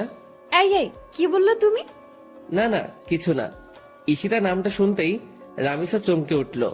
Sorry Ramisa, আসলে ভুল করে অন্য নাম বের হয়েছে মুখ দিয়ে। ও আচ্ছা, চলো এবার উঠি আমরা, অনেকটা সময় তো বসলাম। হ্যাঁ চলো। তারপর সেখান থেকে উঠে দুজন দুজনের বাসায় চলে এলাম। কিন্তু একটা জিনিস আমার এখনো চোখে বাড়ি খাচ্ছে। যখনই ঈশিতা নামটা বলেছি তখনই রামিসার চোখ কপালে উঠে গিয়েছিল, আর তার পরক্ষণে সে চলে যাওয়ার জন্য পাড়াপাড়ি শুরু করে দেয়। রামিসার হতাশাগ্রস্ত চেহারায় কিন্তু আমাকে পুরোপুরি ক্লিয়ার করে দেয় তার ভয়ঙ্কর ডার্কনেস সম্পর্কে। কিন্তু আমি এখন কোনো ধরনের হাঙ্গামাই করব না, কারণ আমি আরো ভালো করে জাস্টিফাই করব রামিসার সম্পর্কে, কেন সে এই পথে নেমেছে আর কি বা তার উদ্দেশ্য। সাথে সাথে নিলয়কে ফোন দিলাম। নিলয়, আমি কি বলি মন দিয়ে শোন। হ্যাঁ ভাই বলেন। শোন, আমি মাফিয়া গার্লকে ধরে ফেলেছি। কি ভাই, আপনি সত্যি ধরে ফেলেছেন? হ্যাঁ, আমি মাফিয়া গার্লকে ধরে ফেলেছি, তাই তোকে ফোন দিয়েছি। শোন, তোকে একটা কাজ করতে হবে এখন। কি কাজ ভাই? মাফিয়া গার্লের কিছু ডিটেলস তোকে আমি দিচ্ছি, তুই সেই অনুযায়ী তার সম্পর্কে তালাশ করে বের করবি যে সে কেন এই পথে নেমেছে। আচ্ছা ভাই। কিন্তু শোন, এই কথা যেন কারোর কানে না যায়, বিষয়টা যেন তোর আর আমার মাঝে থাকে। ওকে ভাই। নিলয়কে রামিসার হালকা পাতলা কিছু তথ্য দিলাম, যাতে করে সে রামিসার সম্পর্কে খোঁজ বের করতে পারে। এদিকে আমিও খোঁজ চালাচ্ছি রামিসাকে নিয়ে। এভাবে 2-3টা দিন কেটে গেল। 4 দিনের মাথায় নিলয় আমাকে ফোন দেয়। ভাই ভয়ঙ্কর কিছু তথ্য হাতে এসেছে। কি তথ্য? ভাই মাফিয়া গালের একটা ছোট ভাই ছিল, যার নাম ছিল রাফসান। আপনি কি তাকে চেনেন বা জানেন? তখনই ঈশিতার ছোট ভাইয়ের কথা মনে পড়ল, যার নামও ছিল রাফসান। কলেজ লাইফে যখন ঈশিতার সাথে চলাফেরা ছিল তখন সে রাফসানকেও মাঝে মাঝে কলেজে নিয়ে আসতো ঘোরার জন্য। আবার মাঝে মাঝে কোনো জায়গায় ঘুরতে গেলেও তাকে সাথে নিয়ে যেত। আমার জন্মদিনে যখন রামিসাকে ইনভাইট করি তখন রামিসা তার ছোট ভাই রাফসানকে সাথে করে নিয়ে এসেছিল। তাকে আমি বেশ ভালো করে চিনি। হ্যাঁ নিলয়, চিনি। কিন্তু কেন বলতো? ভাই রাফসান নাকি এই শহরের কোনো একটা কলেজে পড়াশোনা করত। একদিন সে কলেজে শেষ করে বাড়ি ফেরার সময় তার বাসার নিচে কয়েকটা ছেলেকে মাদক কেনাবেচা করতে দেখে। তখন সে পুলিশকে খবর দিয়ে তাদেরকে ধরিয়ে দেয়। ছেলেগুলো নাকি রাফিদের ছেলেপিলে ছিল। তাই রাফিদের জেদ উঠে যায় রাফসানের ওপরে। তাই সে থানার ওসিকে টাকা খাটিয়ে উল্টো মাদক দ্রব্য দিয়ে রাফসানকে ধরিয়ে দেয়। শুধু তাই নয়, রাফসানকে পুরো গুম করে ফেলার জন্য কন্ট্যাক্ট হয় ওসির সাথে। ওসি তাই করে, সে রাফসানকে জঙ্গলে নিয়ে গিয়ে ব্রাশ ফায়ার করে মেরে ফেলে। আর মাফিয়া গাল যেই ওসিকে মারে বিভৎসভাবে, ওই ওসি সেই ওসি যে রাফসানাকে মেরেছিল। মাফিয়া গাল হয়তো তার ভাইয়ের প্রতিশোধ নেওয়ার জন্য এমন পন্থা অবলম্বন করেছে। নিলয়ের কথা শুনে বুকের ভিতর দাউ দাউ করে আগুন জ্বলতে শুরু করলো। তাহলে তো মাফিয়া গার্ল যা করছে সবটাই ঠিক করছে। আচ্ছা ঠিক আছে নিলয়, এবার ফোন রাখলাম। ফোনটা রেখে দিয়ে চুপচাপ বসে আছি। মাথার রক পুরো চটে গেছে নিলয়ের কথা শুনে। না, আজকের পর রামিসাকে আমি আড়াল থেকে পুরোপুরি সাপোর্ট করব। কারণ ভাই মরেছে, সেই কষ্ট তারই হয়েছে, কেউ তার কষ্টের ভাগ নেয়নি, তাই তো সে এমন ভয়ঙ্কর রূপ ধারণ করেছে। রামিসা, তুমি যা করেছো একদম ঠিকই করেছো। আজকের পর আমি আকাশ বেঁচে থাকতে দেখব তোমার গায়ে কে হাত দেয়। সব কয়টার হাত আমি শরীর থেকে আলাদা করে ফেলবো। গা পুরো শিরশির করে কাঁপছে। না, গিয়ে গোসল করে আসি। তাড়াতাড়ি ওয়াশরুমে ঢুকে পড়লাম। অনেকটা সময় পর গোসলখানা থেকে বের হলাম। মাথায় ইচ্ছে মতন পানি ঢেলেছি, কারণ রক্ত চটে গিয়েছিল মাথায়, তাই নিজেকে শান্ত করেছি। ফ্রেশ হয়ে এসে খেয়ে নিলাম। খেয়ে দিয়ে টিভিটা চালিয়ে দিলাম। শুয়ে শুয়ে টিভি দেখছি। তখনই একটা নিউজ চোখের সামনে ভেসে উঠল। ডিবি পুলিশের প্রধান জিডি সে মাফিয়া গাল সম্পর্কে বক্তব্য দিচ্ছে। মাফিয়া গালের কোডিং দিয়ে আমরা তার তথ্য বের করে নিয়েছি। আগামী 24 ঘন্টার মধ্যে আমরা তাকে ধরে এনে হাজতে ভরবো। নিউজটা শুনে ভিতরে ছ্যাদ করে উঠল। কি, তোরা 24 ঘন্টার মধ্যে মাফিয়া গালকে ধরবি? আমি আকাশ বেঁচে থাকলে দেখব তোরা কি করে মাফিয়া গালকে গ্রেপ্তার করিস। সাথে সাথে টিভি অফ করে দিয়ে রামিসাকে ফোন দিলাম। সে ফোন রিসিভ করলো না। বেশ অনেক কয়বার ফোন দিয়েছি, কিন্তু সে রিসিভ করেনি। এইভাবে রাত হয়ে গেল। পরে সে নিজেই আমায় ফোন দিল। আকাশ, সরি, আসলে অনেকটা ঝামেলার মধ্যে আছি। প্লিজ তুমি কিছু মনে করিও না। কাল কলেজে আসলে কথা হবে। আচ্ছা ঠিক আছে, সাবধানে থেকো। আমি কথা শেষ করার আগেই রামিসা ফোনটা কেটে দিল। রামিসার আচরণে খুব টেনশন হচ্ছে। হয়তোবা সেও এই নিউজটা দেখেছে, তাই সে এমন ভয়ে আছে। না হলে হয়তোবা অন্য কোনো ঝামেলা হয়েছে। ট্যাট মাথায় কিছুই কাজ করছে না। কখন যে সকাল হবে সেই অপেক্ষায় আছি। কোনোভাবে রাতটা পার করে দিলাম। সকালে কলেজে গিয়ে দেখি রামিসা আগ থেকে কলেজে এসে পড়েছে। তাকে দেখে খুব চিন্তিত লাগছে। রামিসা, তুমি কি কোনো কিছু নিয়ে চিন্তিত? না না, আমি কিছু নিয়েই চিন্তিত না। প্লিজ তুমি ক্লাসরুমে চলো, আমার এখানে দাঁড়িয়ে থাকতে খুব ভয় হচ্ছে। আরে পাগল, কিসের ভয়? হ্যাঁ প্লিজ তুমি ক্লাসের ভিতরে চলো না। আচ্ছা বাবুন, চলো। ক্লাসরুমের ভিতরে আসলাম রামিসাকে নিয়ে। সে হুট করে আমায় জড়িয়ে ধরে কান্না শুরু করে দিল। ওকে কিছু বলতে যাব, ঠিক সেই সময় হট্টগোলের আওয়াজ কানে ভেসে আসলো। সাথে সাথে জানালা দিয়ে বাহিরে কি হয়েছে দেখার চেষ্টা করলাম। বাহিরে দেখেই তো চোখ পুরো কপালে উঠে গেল। বাহিরে 20-25টা পুলিশের গাড়ি। গাড়ি থেকে নেমে সবাই বন্দুক হাতে একদিকেই এগিয়ে আসছে। আস্তে আস্তে রামিসার খোঁজ করছে পুলিশগুলো। সবাই আমাদের ক্লাসরুমের দিকে আঙুল দেখিয়ে দিল। রামিসা, তুমি কোনো ভয় পেও না, আমি আছি। আকাশ, ওরা আমায় নিয়ে যাবে। ওরা আমায় আর কোনোদিন তোমার সাথে দেখা করতে দেবে না। ওরা আমায় থানায় নিয়ে গিয়ে মেরে ফেলবে। রামিসা, কেউ তোমার কিচ্ছু করতে পারবে না। তুমি প্লিজ শান্ত হও। আকাশ প্লিজ, তুমি আমায় ক্ষমা করে দাও। আমি হয়তো তোমার সাথে জীবনের শেষ সময় অবধি পার করতে পারবো না। রামিসা, চুপ হতে বলেছি ধমক দিয়ে। চলো তুমি আমার সাথে বাহিরে, দেখি তোমার গায়ে কে হাত দেয়। তারপর রামিসাকে নিয়ে বাহিরে চলে গেলাম। সবাই তাকিয়ে তাকিয়ে দৃশ্য দেখছে। পুরো কলেজ হতভম্ব হয়ে আছে এতগুলো পুলিশ দেখে। পুলিশ রামিসাকে দেখে ওকে গ্রেফতার করতে ছুটে আসে। এই তোরা কেউ আমার রামিসার গায়ে হাত দিবি না। তখনই পুলিশের অফিসার একজন বলে ওঠে, কি তোরও শ্বশুর বাড়ি যাওয়ার ইচ্ছে হচ্ছে মনে হয়? এই অফিসার, আমার শ্বশুর বাড়ি যাওয়ার ইচ্ছে নেই, বরং তোর মরার পাকনা গজিয়েছে। সাহস থাকলে ওর গায়ে হাত দিয়ে দেখা। আমার মুখে ধারালো কথা শুনে সমস্ত পুলিশ আমার দিকে গুলি তাক করে ধরে। বেটা, দেখি খুব বড় বড় কথা বলছিস। শোন, বেশি উড়াউড়ি ভালো না। আমি যদি একবার বলি তাহলে সবাই গুলির বুলেটগুলো তোর পেটের মধ্যে পুড়ে দিবে আর তুই ঝাঁঝরা হয়ে যাবি। হাসালি রে ভাই, এই ঘুষখোরের বাচ্চা, কান খুলে শুনে রাখ। এখানে তো কিছু সংখ্যক পুলিশ মাত্র তোরা। সারা শহরের সবকটা পুলিশ মিলেও যদি একত্রে হয়ে আসিস, তাও তোরা এই আকাশের বালো ফালাইতে পারবি না। কারণ তোদের সামনে যে দাঁড়িয়ে আছে সেই সাদাসিধা একটা ছেলে আকাশ, কিন্তু তার ভিতরে ভয়ঙ্কর যেই হায়নাটা লুকিয়ে আছে তার নাম হচ্ছে আগুন। আকাশের মুখে আগুন নামটা শুনে পুলিশের অফিসার ভয়ে কয়েক কদম পিছনে চলে যায়, আর আকাশের পাশে যে পুলিশগুলা ছিল তারা দৌড়ে আকাশের পাশ থেকে সরে যায়। সবাই যেন কোন এক ভয়ঙ্কর হায়নার সামনে পড়ে গেছে, যার রক্তের নেশায় একবার উঠলেই পুরো দুনিয়াদারি শ্মশানঘাট বানিয়ে ফেলবে। এই ঘুষখোরের বাচ্চা, কান খুলে শুনে রাখ। এখানে তো কিছু সংখ্যক পুলিশ মাত্র তোরা। সারা শহরের সব কয়টা পুলিশ মিলেও যদি একত্রে হয়ে আসিস, তাও তোরা এই আকাশের বালু ফালাইতে পারবি না। কারণ তোদের সামনে যে দাঁড়িয়ে আছে সে সাদাসিধা একটা ছেলে আকাশ, কিন্তু তার ভিতরে ভয়ঙ্কর যেই হায়নাটা লুকিয়ে আছে তার নাম হচ্ছে আগুন। আকাশের মুখে আগুন নামটা শুনে পুলিশের অফিসার ভয় কয়েক কদম পিছনে চলে যায়, আর আকাশের পাশে যে পুলিশগুলো ছিল তারা দৌড়ে আকাশের পাশ থেকে সরে যায়। সবাই যেন কোনো এক ভয়ঙ্কর হায়নার সামনে পড়ে গেছে, যার রক্তের নেশা একবার উঠলেই পুরো দুনিয়াদারি শ্মশানঘাট বানিয়ে ফেলবে। পুলিশের অফিসার কাঁপতে কাঁপতে আকাশকে জিজ্ঞেস করে, আপনি যে আগুন, তার প্রমাণ কি? আপনি তো আমাদের ভয়ও দেখাতে পারেন। শোন, আমি আগুনের নাম ব্যবহার করে তোদেরকে ভয় দেখাবে এমন কোন বাপের বেটা এখনো পয়দা হয় নাই। আর নকল নাম ব্যবহার করা তো দূরের কথা। আর তোদের যদি বিশ্বাস না হয় তোদের একটা ডেমো দেখাচ্ছি। পকেট থেকে ফোনটা বের করে প্রাইম মিনিস্টারকে ফোন কর, আর তাকে জিজ্ঞেস কর যে 2017 সালের 2 ফেব্রুয়ারিতে কি হয়েছিল, আর তার চোখের সামনে গুনে গুনে কয়টা লাশ মাটিতে ফেলেছিলাম আমি। এই ঘটনার সাক্ষী একমাত্র প্রাইম মিনিস্টার। পুলিশের অফিসার কাঁপতে কাঁপতে পকেট থেকে ফোনটা বের করে প্রাইম মিনিস্টারকে ফোন লাগায়। স্যার, একজন নিজেকে আগুন দাবি করছে। আমি তাকে জাস্টিফাই করার জন্য প্রমাণ চেয়েছি।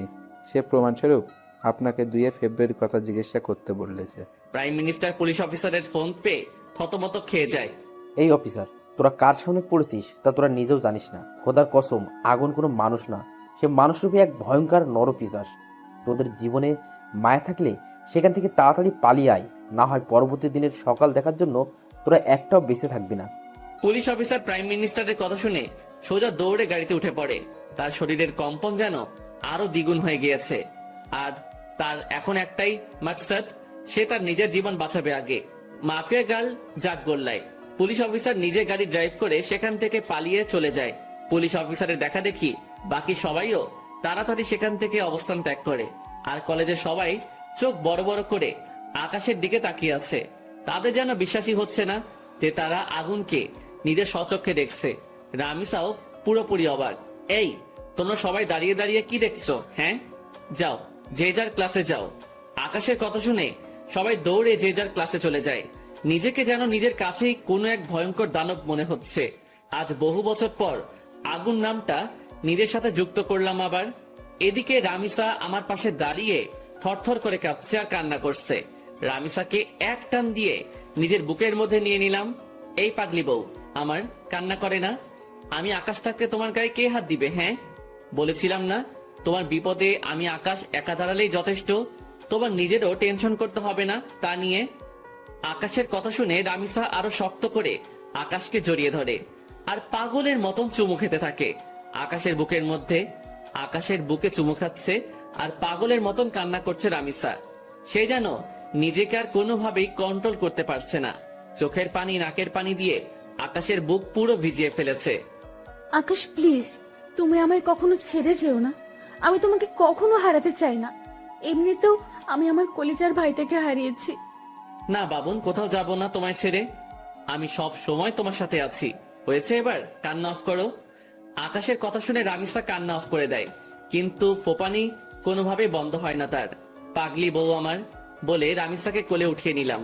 তারপর ক্লাসরুমে চলে গেলাম। ক্লাসরুমের সবাই আমাদের দিকে করুণ দৃষ্টিতে তাকিয়ে আছে। মনে হচ্ছে যেন আমার কাছে তারা নিজের প্রাণ ভিক্ষা চাইছে। আরে ভাই, আজব তো, আমি মনে হয় মানুষ পেলে খুন করি, তারা এমন ভয় পাচ্ছে কেন আমাকে? পাশ থেকে একজন বলে ওঠে, ভাই প্লিজ আমাদের কোনো ক্ষতি করিয়েন না, আমরা আপনার কাছে হাত জোর করছি। আরে তোমরা কি শুরু করছো? হ্যাঁ, আমিও তোমাদের মতন মানুষ, আমি কোনো নরপশু না। তবে হ্যাঁ, বদ লেভেলের মানুষদের জন্য তাদের বাপ আমি, কিন্তু ভালোর কোনো ক্ষতি আমি আজ পর্যন্ত করিনি, আর করবও না। সো ভয়ের কিছু নেই। ধন্যবাদ আগুন ভাই। আচ্ছা তোমরা প্লিজ একটু ক্লাসরুম থেকে বেরিয়ে যাও, আমার রামিসার সাথে কিছু কথা আছে। সবাই আমার কথা মতন ক্লাসরুম থেকে বেরিয়ে যায়। আমি রামিসাকে কোল থেকে নামিয়ে দেই। এই পাগলি, এখনো ভয় আছো তুমি? হ্যাঁ, অনেক ভয় আছি, কারণ তুমি তো জেনেই গেছো যে আমি মাফিয়া গার্ল। সো তুমি যদি আমার উপরে কোনো রাগ ছাড়ো।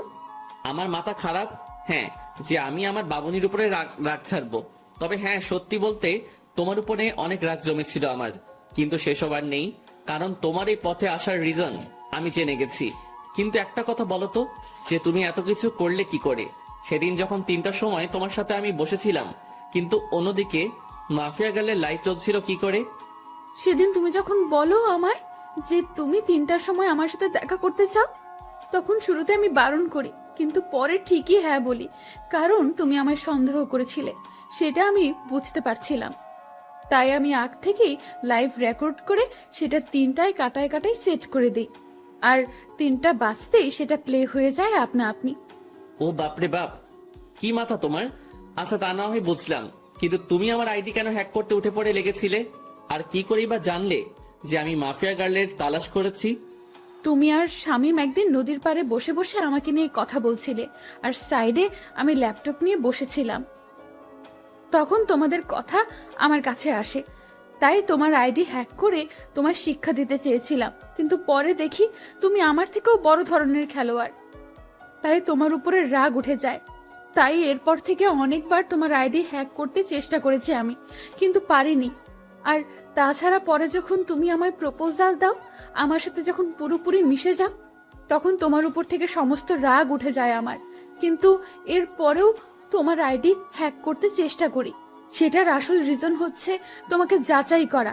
আমি দেখতে চেয়েছিলাম তোমার অন্য কোনো মেয়ের সাথে রিলেশন আছে কিনা। রামিসা, তুমি আসলেই মাফিয়া গার্ল নামটা এমনি এমনি রাখোনি, তোমার কাজ বারে বারের সাথে সত্যি নামটার পুরোপুরি মিল রয়েছে। তুমিও তো কম না, কত বড় মাপের মাফিয়া তুমি, তোমার নাম জানে না এমন কেউ নেই। আমার কথা বাদ দাও, আগে তোমারটা বলো, কারণ মাথায় তোমাকে নিয়ে অনেক কয়টা জটলা পেকে আছে। আচ্ছা, তুমি তোমার পুরো আইডেন্টিটি পরিবর্তন কেন করলে? তোমার নাম, চেহারা সবকিছুই কেন হাইড করলে? আর তুমি তো আমার সাথে আগেও চলাফেরা করেছো, তুমি তো চাইলে শুরুতে এসে আমার সাথে মিশতে পারতে। আমি প্রতিশোধ নেওয়ার জন্য সব রকমের আইডেন্টিটি মুছে ফেলেছি, আর চেহারা পরিবর্তন না করলে অনেক আগেই ধরা খেয়ে যেতাম, তাই চেহারাও পরিবর্তন করে ফেলেছি। তবে হ্যাঁ, তোমার সাথে আমার আগে থেকেই চলাফেরা ছিল, কিন্তু আমি চাইনি কোনো রিস্ক নিতে, কারণ কারণ এসব করাকালীন যার সাথেই আমার চলাফেরা থাকবে সেই আমায় সন্দেহ করবে, তাই নিজেকে গুটিয়ে রেখেছিলাম। কিন্তু পরবর্তীতে আর পারলাম না, তোমার ভালোবাসায় আটকে গেলাম। হয়তো এটাই আমার সবচাইতে বড় দুর্বলতা হয়ে দাঁড়িয়েছে। দুর্বলতা না, এটাই তোমার কমজোরি ছিল, কারণ তুমি যে মাফিয়া গার্ল সেটা আমি বহু আগে থেকেই জেনে গেছি। কারণ তুমি নিজেই ভেবে দেখো, 1000বার চেষ্টা করে আইডি হ্যাক করতে পারলে না, কিন্তু পরে মিনিটের মধ্যে আইডি হ্যাক করে নিলে, সেটা কি করে সম্ভব? কারণ আমি নিজেই চেয়েছি তুমি আমার আইডি হ্যাক করো, আর আমি তোমার লোকেশন ট্র্যাক করি। যদিও তোমার লোকেশন আলাদা আলাদা কান্ট্রিতে দেখাচ্ছিল, কিন্তু একটা সময় ঠিকই বাংলাদেশের এক্স্যাক্টলি লোকেশন দেখিয়েছে। পরে তোমায় ধরে ফেললাম। তুমি অনেক ভয়ঙ্কর আকাশ। ভয়ঙ্কর না হলে কি কতটা দূর আসতে পারতাম না? কখনোই। ভয়ঙ্কর দেখেই এতটা দূর আসতে পারছি। তবে যাক, আমি অনেক খুশি যে আমি আগুনকে ভালোবেসেছি, যে মানুষকে আমি খুঁজছিলাম মনে প্রাণে আমার সাহায্য করার জন্য, কারণ আমি সবকিছু একা সামলাতে পারছিলাম না, তাই তোমার সাহায্যের দরকার ছিল আমার, কিন্তু কোথাও খুঁজে পাইনি। এখন পরিশেষে এসে দেখি সেই মানুষটাই আমার ভালোবাসার মানুষ। রামিসা, যা হয়েছে হয়েছে, আজকের পর আর কখনো ওসব করবে না, কারণ আমি থাকতে তোমার অমন বাজে কাজ করতে হবে না, আমি সব দেখে নিব। আচ্ছা চলো এবার, আজকে আর ক্লাস করতে হবে না তোমার। আমি তোমার বাসায় পৌঁছে দিয়ে আসছি, আর তোমার বাসায় 2-1 ছেলে পাহারায় ঠিক করে দিয়ে আসছি, তারা তোমার সব সময় দেখভাল করবে। ছেলে ঠিক করবে কেন? কারণ তোমার উপরে এখন অনেকের আক্রোশ জন্মে গেছে, বর্তমানে কঠিন সমালোচনায় রয়েছে তুমি। আমি আগুনের নাম এখন অনেকটাই বিলুপ্ত, আমাকে মানুষ চিনে গেছে সেটা নিয়ে সমস্যা নাই, কিন্তু তোমাকে চিনে গেছে সেটা নিয়ে সমস্যা। কলেজে কেউ না কেউ তো ভাইরাল করে দেবে তোমার কথা, কারণ পুলিশ যখন তোমায় গ্রেপ্তার করতে এসেছিল তখন তারা কলেজে পাবলিশ করে দিয়েছে যে এই কলেজেই মাফিয়া গার্ল রয়েছে, সে এই কলেজে পড়াশোনা করে। পরবর্তীতে পুলিশ তোমায় গ্রেফতার করার জন্য তালাশ করে। সকলেই তখন বুঝে যায় যে তুমি মাফিয়া গার্ল, সো তাই তোমার সমস্যা হতে পারে। তাই সিকিউরিটি দিচ্ছি তোমার বাড়ির আশেপাশে। আচ্ছা। রামিসাকে বাড়িতে পৌঁছে দিয়ে এসে নিজেও বাসায় চলে আসলাম। আজ অনেক ধকল গেছে, তাই হাত মুখ ধুয়ে শুয়ে পড়লাম। খাবারের কোনো চিন্তা নেই, কারণ এই অবেলায় কিসের খাবার খাবো, তাই শুয়ে ঘুমিয়ে পড়ি। দুপুরে উঠে না হয় খেয়ে নিব। অন্যদিকে পুরো দেশে কিছু সময়ের মধ্যেই মাফিয়া গার্ল ভাইরাল হয়ে যায়। রাফিদের ছেলে পেলে তো মাফিয়া